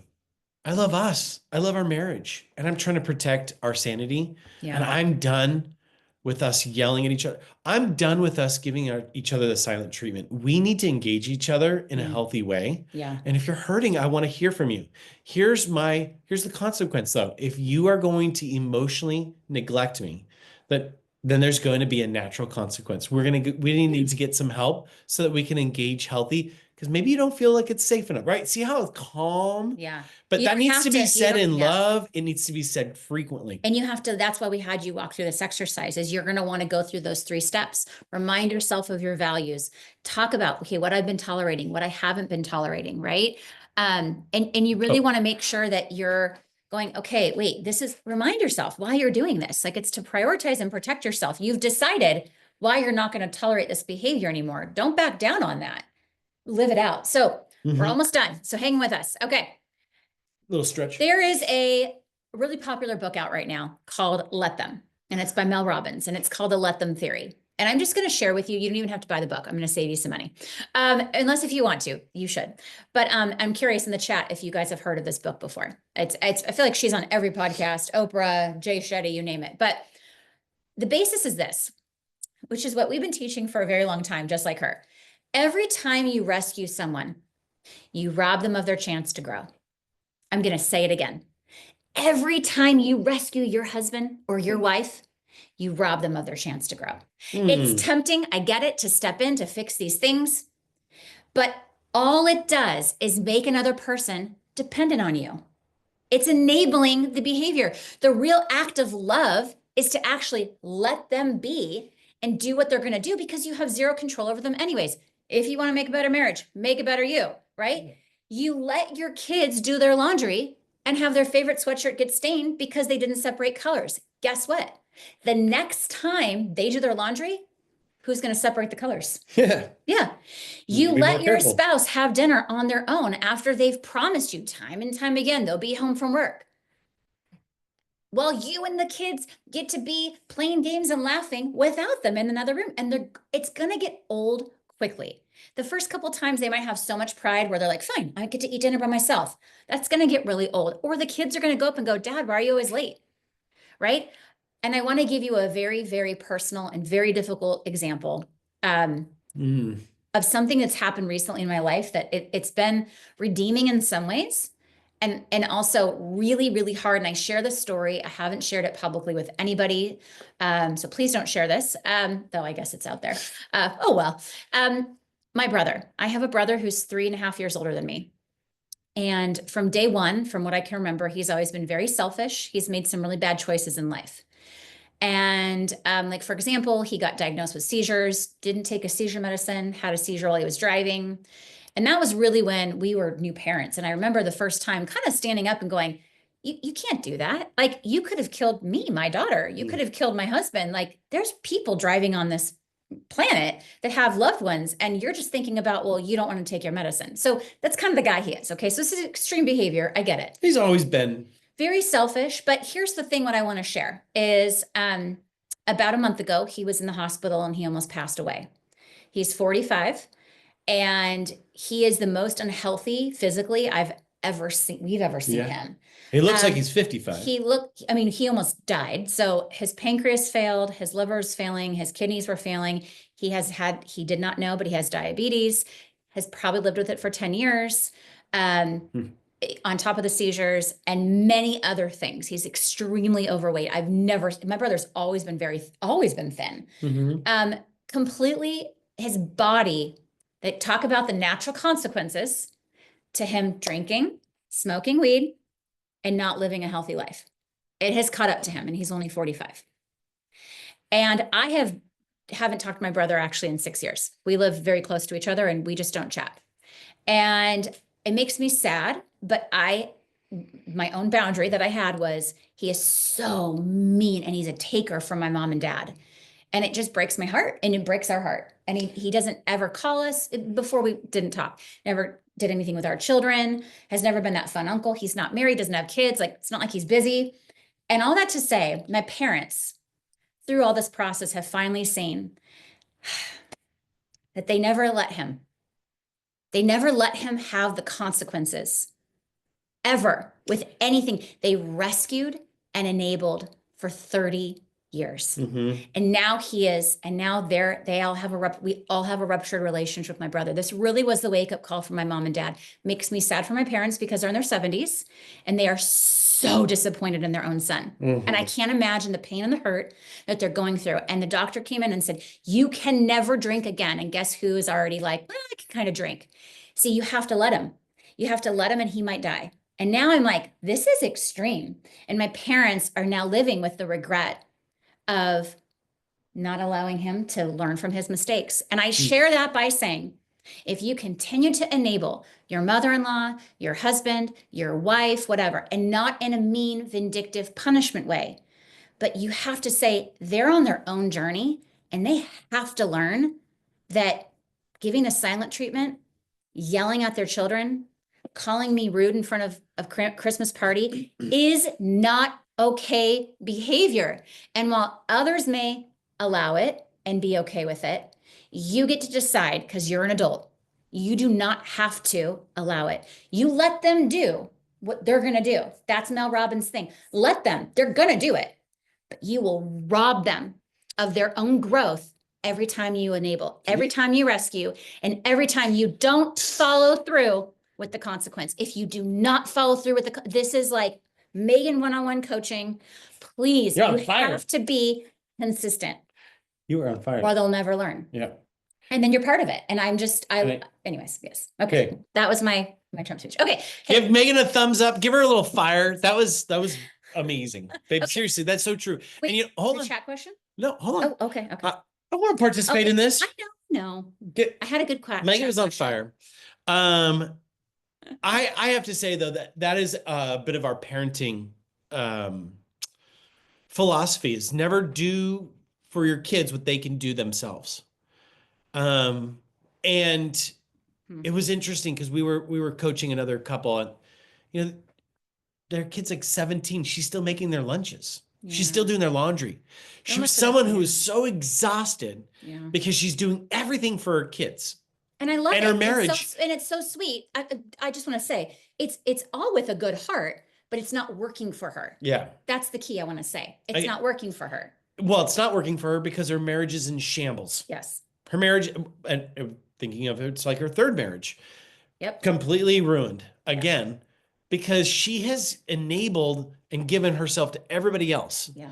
So the let them theory is really allowing people to deal with the natural consequences of their behavior. And I think with your brother, the biggest one was that I perceived was when he did get his seizure medication, he got his license removed. Because you get your license taken away because they have to find the medication for you. Right. So as parents, I'd be like, you know what? This is good. You need to be able to track your own health. You need to take care of yourself. Yeah. Right. He was an adult when this happened. Wasn't a child. Well, there you go. Yes. So what did my dad and mom do? Well, he went to mommy and daddy and said, I want my license back. This is hard for me. This is too hard. This is too hard. So they fought to get his license back. And they won. And then that's when he got a seizure Yep. while he was He driving. should have had his license taken away for 6 months. It was only 2.5 months. Here you go, guys. Enabling. We can't enable people behavior. It's robbed my brother of growing. Okay. I want to hear from you. What's going to be your biggest challenge with having consequences? I'm seeing the chat light up. Communicating them with confidence and being consistent. Thank you, Mary. Finding the right consequences for my husband that are not too mothering. Now he's going to feel like they're mothering.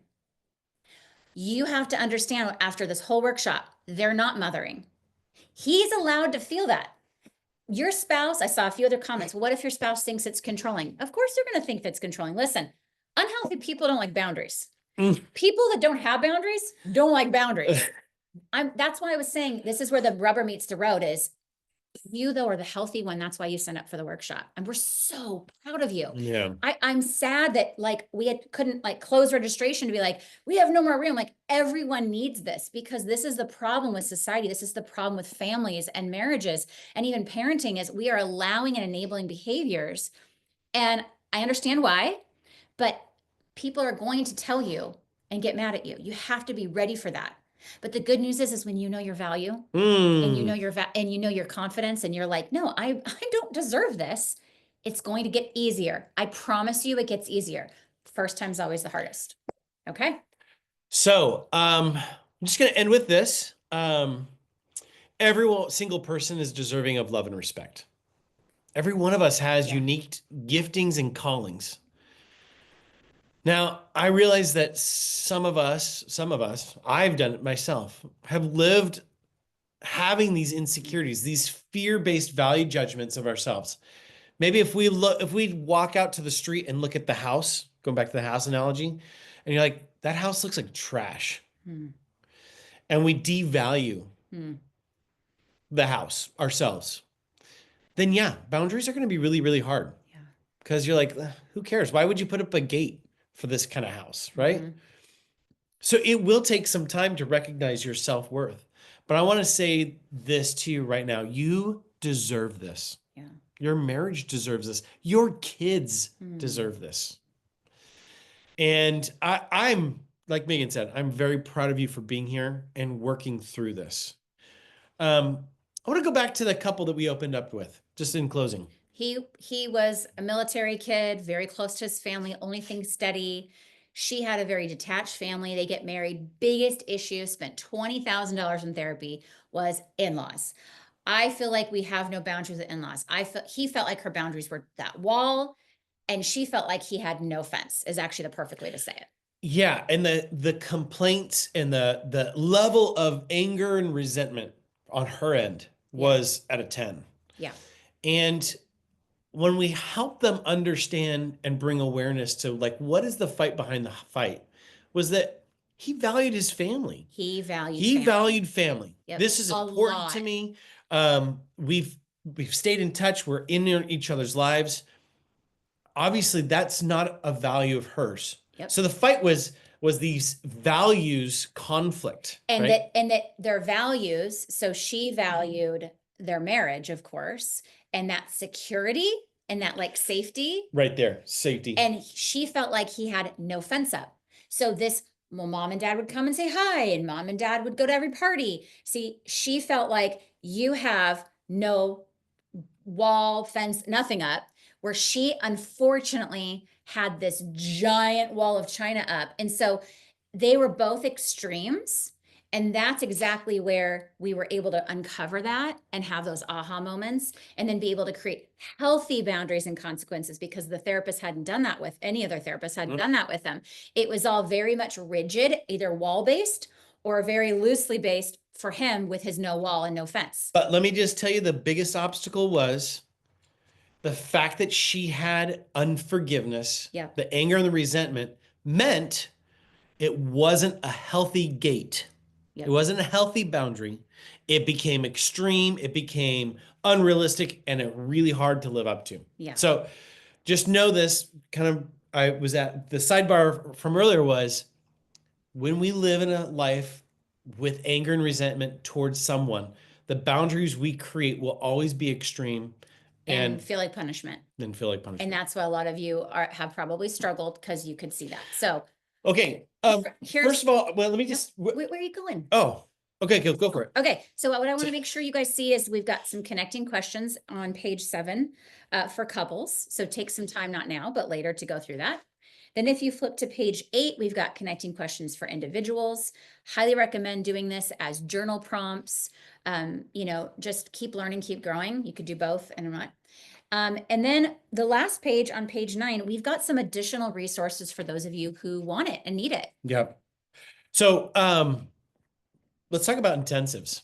If you need someone or a couple, excuse me, to walk alongside you guys, and you're in this crisis moment where you are being disrespected, you can't create these boundaries, and you need something more.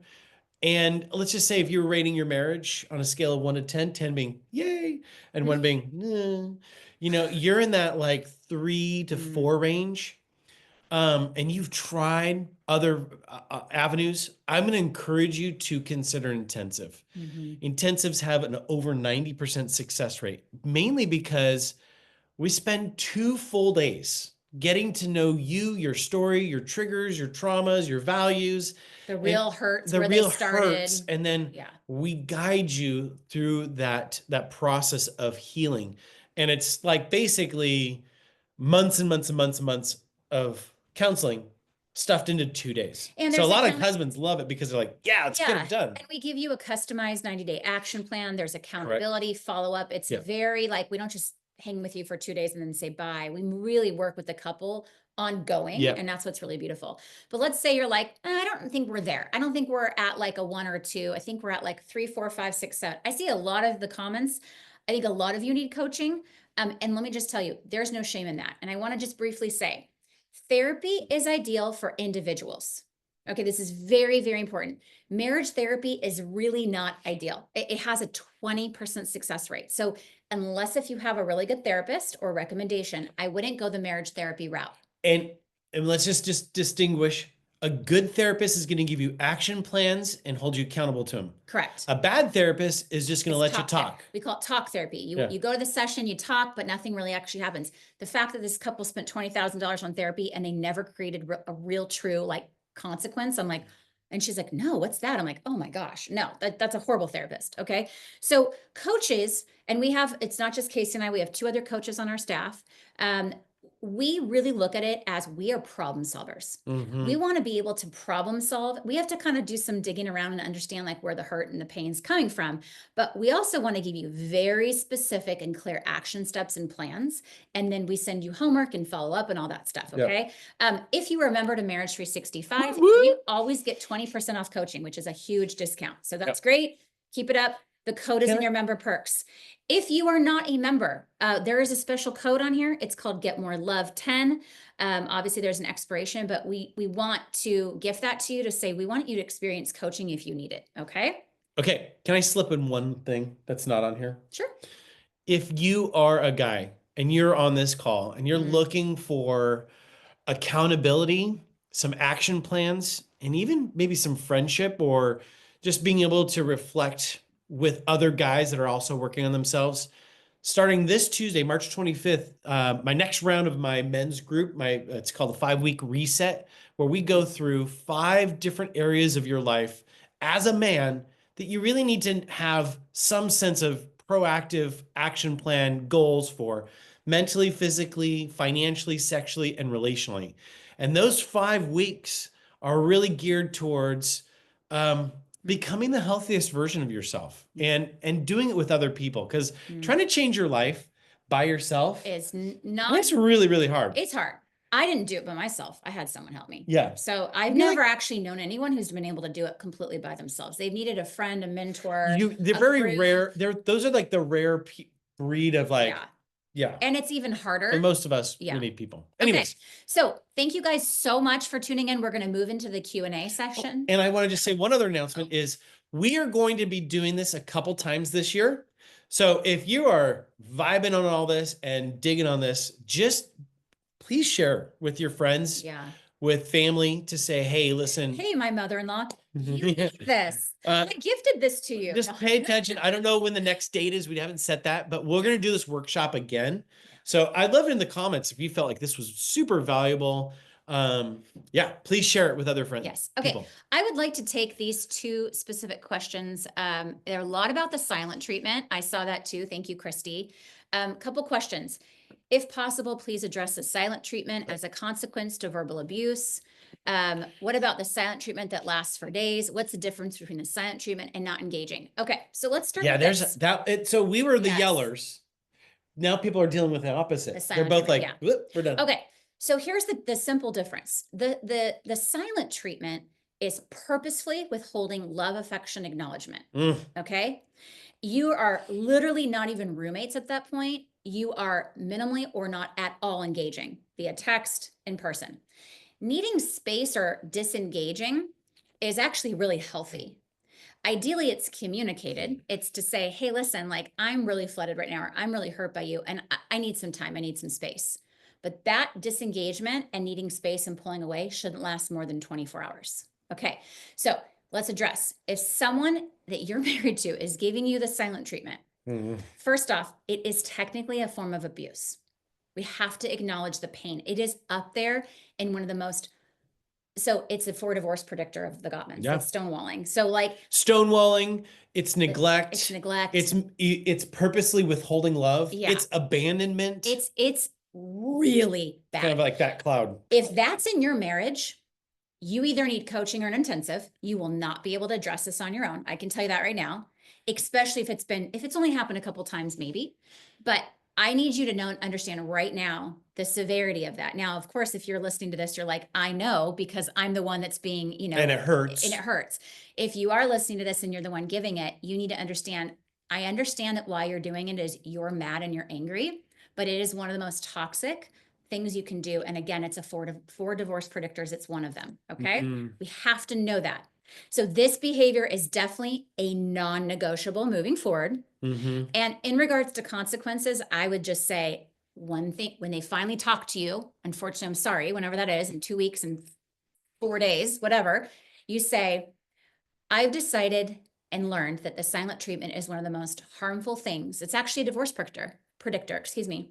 And I'm not going to tolerate that anymore. Now I can't control you and what you want to do, but the next time you do it, we're gonna talk to Casey and Megan about a marriage intensive, or we're gonna sign up for a coaching session, because obviously you're hurting, and underneath that hurt, you're withholding love and affection, and it's just so damaging to both of us.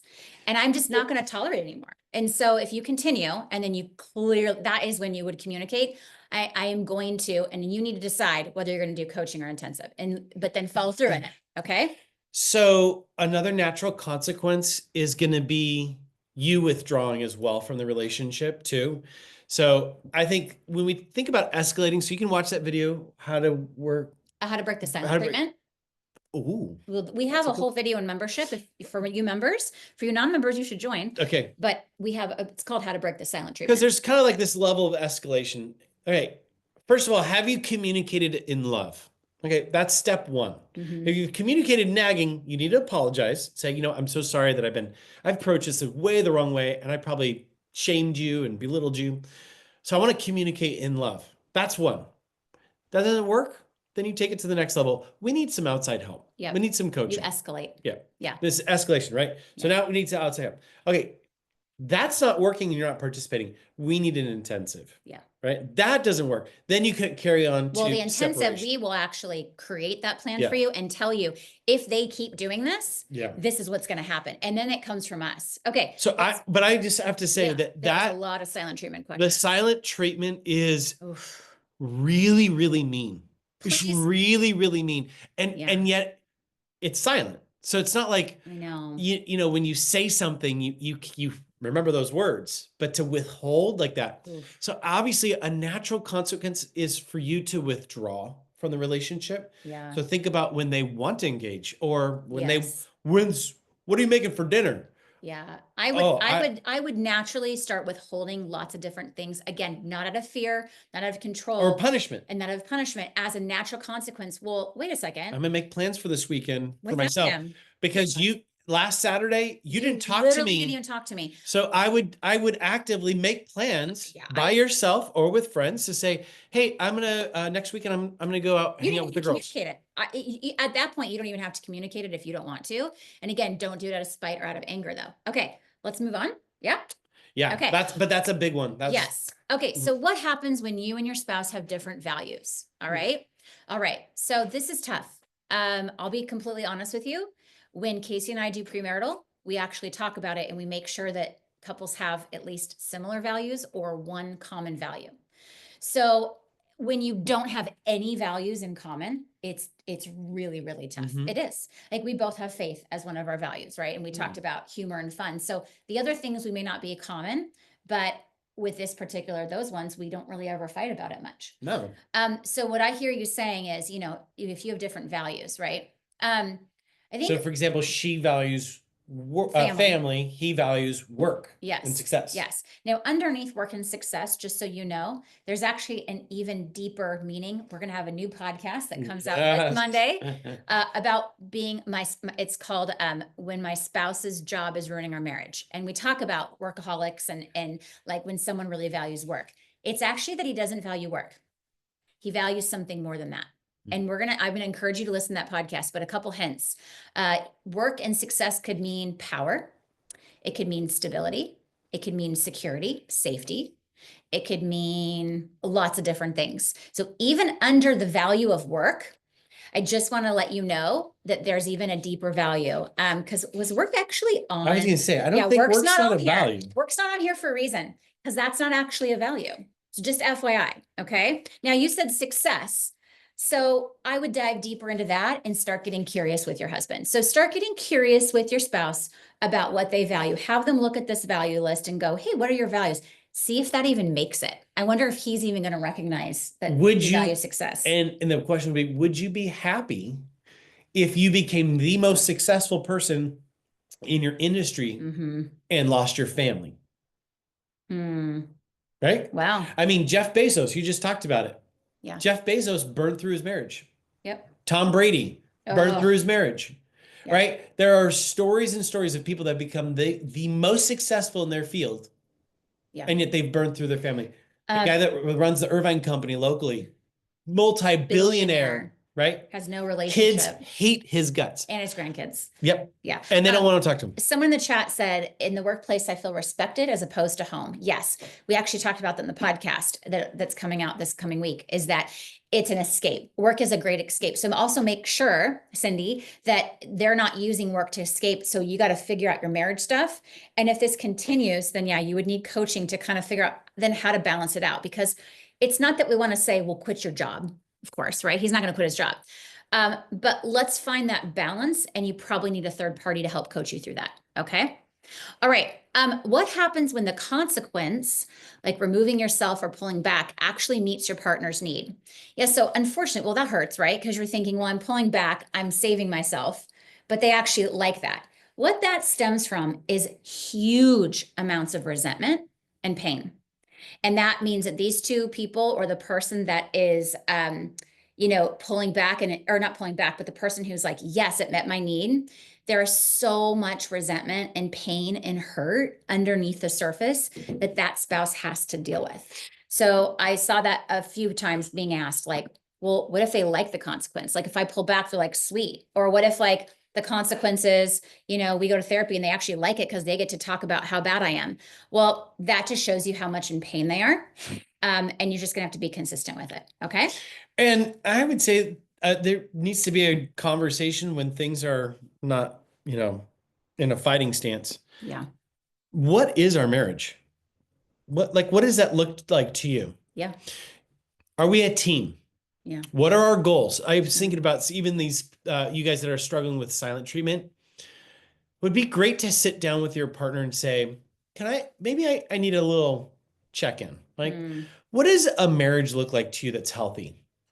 Do you think that when we pull away from each other, are we helping or harming our relationship? Yeah. What do you expect me? Here's a great question. What do you expect me to do? When you give me the silent treatment, what are you wanting from me in that moment? What do you want me to do? How do you want me to respond to that? I mean, that's a great question, right? Okay. Troy and Kim, what does no longer tolerate look like? Great question. Yeah. So no longer means that's when you're ready to actually follow through on the consequence. So you can't say, I will no longer tolerate this if you're going to continue to tolerate this, right? So when you say and communicate it, or even to yourself, go, okay, wait, I'm no longer going to tolerate yelling. That means you literally are no longer going to tolerate it. You're not going to be around it. You're not going to be around it. That's what it is. So Toleration means you accept it into your life. Yeah. Right? Yeah. And so no longer tolerating it is usually pulling away or not allowing that behavior, in the sense where if they do the behavior, you remove yourself, or you're going to have to escalate the consequence to go, well, you continue to do this, and the like pulling back isn't effective and not working, then you have to escalate. So I think when we allow certain behaviors to carry on in front of us, what we're doing, this is really important. What we do is we give tacit approval to it. Yeah. We're not saying, oh, I like that gossip. But if you allow that to continue to happen, then you're saying, it's okay. I'm sorry. Yeah. Okay. As a wife of faith, I get told often that I have to tolerate being uncomfortable situations with my husband's family as part of my role, especially now that we have a child, because I get accused of keeping him from them.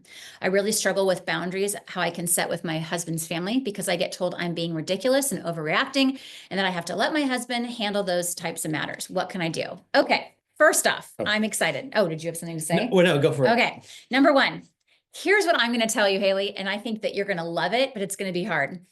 Let your husband take your kid to his family, and you go to the spa, you go to the beach, you go watch a movie, have some self-care time. We have to be okay with allowing our spouse to be with their family and do things without us. Yeah. So that's going to be my number one. It's a very positive thing. You get aligned with your husband to say, hey, you know what? I need some me time today. I'm going to have you take the baby with the husband's family, with your family. That's it. If anyone of the family asks, all your husband has to say is, oh my gosh, she had, some like self-care time, me time. They can judge you all they want. Sounds like they're already judging you. And you can't stop them from judging. We've already done this list. Yeah, we've already done those. Sorry. So I just want to clarify that would be like the most positive and helpful thing for you. Did you have something to say to that? Yeah, I probably would want definition around what is his behavior, your husband's behaviors. Yeah, what has he done? What is he doing? And then being able to call that out. I know that even in our boundaries course within our membership and our app, we talk about like defining those things and being able to say, these are the things that I don't appreciate, and then having healthy conversations around that. So yeah, I'd like to hear a little bit more about what your husband has done or not done in order to help you.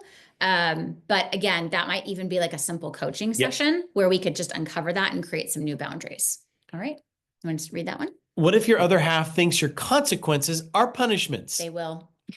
I'm sorry. They will. That's they will. Right. Even when you proactively said that, even when you proactively said that they wouldn't stay in the conversations when things are escalating. Yeah. I mean, let them. That's the let them theory. Let them think that they're punishments. But it just shows your husband, I would say, kind of just a lack of maturity, a lack of like self-awareness and an understanding of this thing. And I'm going to tell you right now, it's just really common. So expect it to happen, Tracy. Expect it that they're going to think it's punishment. But just say, I'm just, it's escalating, and I'm not going to engage. Like, it's not good for both. Say both. It's not good for both of us. Like, don't just say it's not good for you. Like, it's not good for both of us. Yeah. All right. Another question. Oh, sorry. Are you ready? Yeah. I've got multiple things going on here. Multiple screens. Yes. Okay. How do I not let someone go that's important? Something go. Oh, I'm sorry. How do I not let something go that's important, but also not nag, like something that needs communication? Oh, I wish you went to our masterclass on how to pick your battles. Yeah. That was a good one we did with our members. We just did that 2 weeks ago. Christy in the chat, is there any way that you can actually copy and paste that list and find that list of, we gave in the masterclass, I think it was 10 things. Like, if this is an issue, you have to speak up. And then maybe you can find the list of the things that are like letting it go. Like, so we talked about, like, if you could put them in the chat, I think if thumbs up for everybody, if you want that, she's got it. That's would really, really help. So listen, just a little caveat. There are things you do have to learn to let go in marriage. You just have to. There are Yes. other things that you shouldn't let go. Christy's going to put it in the chat, these lists. I would say, depending upon where it falls, then you'll know when to speak up. Yep. Okay. All right. Someone asked about an intensive that has a spouse that has a mental health diagnosis, refuses to work on themselves, Oh, and then work on the marriage. So I feel for you. There are a lot of couples out there that we've interacted with where this partner just gives up. yeah. It's actually, again, I go back to the neglect as a form of abuse. Mm. They literally just give up, but they don't leave the marriage. Yeah. They quit and they stay. They stay in the marriage. And that's a really hard dynamic. And Cindy, that to me, what I would, if you were sitting across from me, I would just ask the question, how long will you tolerate that kind of behavior? Mm. Again, if we allow something to happen, we are giving it tacit approval. Yeah.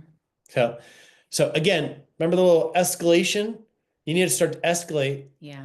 My needs are legitimate and they need to be met. If you're not willing to meet them, I'm going to communicate in love. We're going to get coaching. We're going to do an intensive. We're going to do separation. And at a certain point, there's a lot of people that are married that aren't really in a marriage in the term of we're a team. We're building a legacy together. We love and respect each other. They've quit and they've stayed. There are a lot of people that are married to someone that they had kids with, but they don't respect. They don't tolerate. Yeah. There's no love. There is no respect. And that's when I would go, that's not a marriage. That's something where you are legally bound now by a document. And I'm sorry. That's where I go, how long will you tolerate that? Will you tolerate that another year? Will you tolerate that another 10 years? Yeah. Okay. If it's not 10 years, yeah, then you kind of have to back in like, yeah. Let me also say this to you, Cindy, that so for our intensives, we actually have like a screening where I call people and I confirm. So if your spouse doesn't want to even do it, unfortunately, we don't do intensives with couples that don't want to do it together. Yeah. So I have to have a willing or at least open-minded spouse. I can do something with that.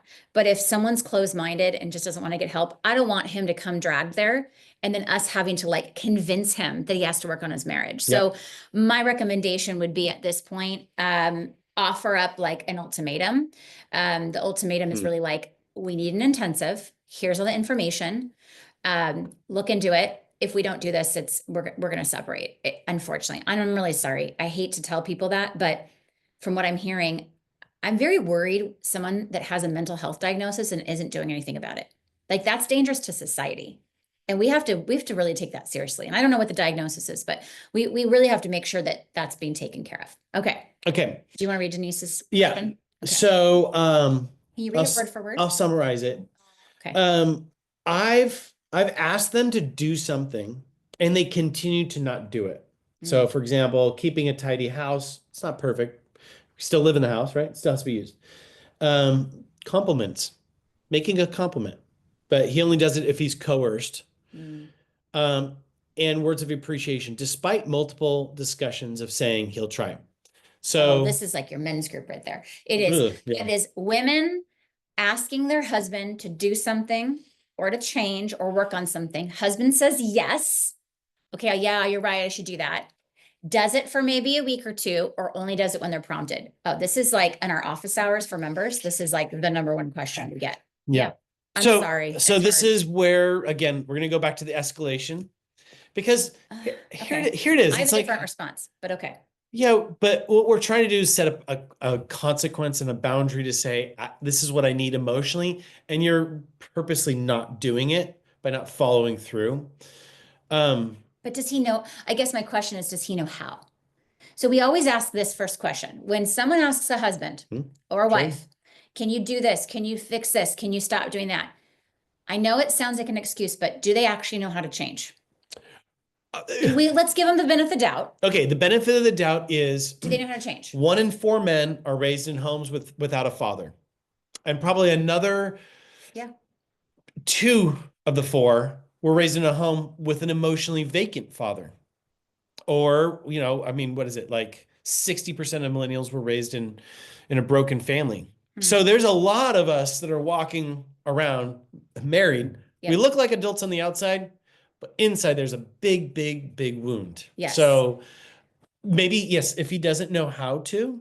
I think he just needs accountability. That's, to me, it sounds like he needs accountability. There's a lot of men and women who need accountability, and there is no harm in needing that to get the momentum started to then where it becomes a habit. Yeah. Okay. And that's exactly like what coaching or like a men's group would do.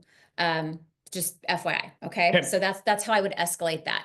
All right, we're gonna go for our last question. This is a good one. I tried to ask my husband, right? Yeah. I try to ask my husband questions like, Questions. what do you want our marriage to look like? What do you need for me to fill up? Good. Any deep questions? And his response is always, I don't know. And we actually address this in our Connecting Questions book, 365. Number one, that shows you he lacks self-awareness. Yes. Okay. Yep. Number two, that probably underneath that is he doesn't want to sound stupid. And so he's not going to say anything. So an easy thing to say is, well, I don't know, because how do you argue with that? So the best advice we have for anybody, by the way, this works well for kids and teenagers as well. When you ask your kids, hey, what do you think about that? I don't know. I don't know. I don't know. If you have teenagers, you know what we're talking about. Say, no problem. Why don't you take a day or two to think about it? And then let's talk about it. And then you initiate the conversation in a day or two and go, hey, I asked you about this. And I know you didn't know, but did you take some time? And then they have to be accountable for why they took time or didn't take time. But Tracy, one of the things I would communicate clearly is in a loving way to say, hey, when I ask you questions, especially about our marriage, and you don't know, I want you to know it makes me feel like you don't care. It makes me feel like it doesn't matter to you what our marriage looks like. And I don't know, I know that you probably don't mean that, but because there's like a lack of effort behind this, it makes me feel very alone. And again, like the marriage doesn't matter. And Tracy, I guarantee you, your first date with your husband, if you asked him a question, I guarantee you he didn't say, I don't know. Because then there wouldn't have been a second date. There wouldn't have been a third date. Yeah. If we were just sitting across, hey, so it's great to meet you. So tell me, what do you want to do with your life? I don't know. I don't know. Okay, well, do you have any dreams you have for I don't know. What was your childhood like? It's all right. Yeah. You'd be like, this guy's a snooze fest. See ya. Yeah. Yeah. So someone actually in the chat, Ray, this was great. He said, I wonder if your husband is avoiding conflict or arguments. That's what I do, or that's how I feel. It's true. There are sometimes men or women will say, I don't know, because they're avoiders. And they literally just don't want to avoid, or they want to avoid any kind of conflict. So Tracy, a couple internal things to figure out, like, does your husband have high levels of self-awareness? Answer's no, could be the reason why. Is he an avoider? And as he have a lot of your conversations turn into fights, and this could be a way to kind of avoid that and getting into conflict with you. Maybe he feels insecure and he doesn't want to sound stupid. There's a lot of people who don't want to say the wrong thing or the wrong answer. And so they just say, I don't know. But that would be the healthiest thing to do, would be just to follow up and say, hey, but I really would love to know your thoughts. Yep. Think about it, take some time, and let's talk about it this weekend on our date night. Okay. You guys, so I am so thankful and impressed you guys stuck in there for the past 2.5 hours. Yes. Hopefully this was helpful. Again, please, if you would, when we have our next boundaries workshop, please share this with your friends and family. Yes. Feel free to share on social media. I'm getting a lot of people asking about some of the resources we have in membership. I know this is an event for members and non-members. We don't normally do one for non-members.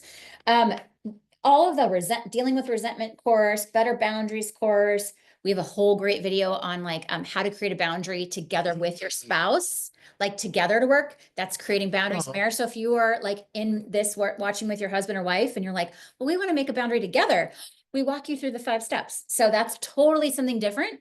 That's on this page. It's on page 9 of your workbook. We've got toxic family dynamics where we talk about boundaries with family. So you can just scan that QR code, or of course, reach out to us at any time because we have resources. And I want to end with saying, you guys genuinely matter to us. I wish more people realize we wake up every day, and Casey and I want to help people, help our coaching clients, help our Instagram followers, help people in the workshop.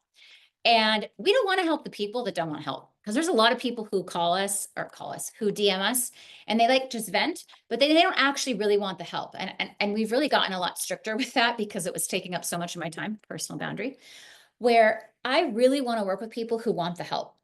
And we love coaching, we love intensives. We genuinely, our Yeah. staff does. We wake up every day and we're like, how can we make marriage and relationships better and healthier? How can we make him great again? How can we make marriage great again? It's our little joke. But you know, we really do. We really want Yeah. you to have that. And we want you to be the healthiest person you can be, with or without your spouse. So please, please, it's going to take courage, but that would require you reaching out. And then, like, I love what Casey always says, people in your life are also hurting and they have no clue about us and our resources. So the more you share, and even if it's just over coffee and you're like, hey, there's this really great, you know, people we follow or whatnot, like they did this, they have that.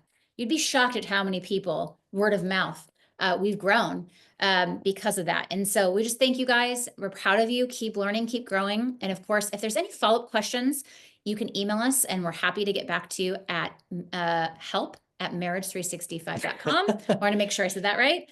And we actually answer your emails. It's a real person, not a bot. All right. Love to you all. See ya.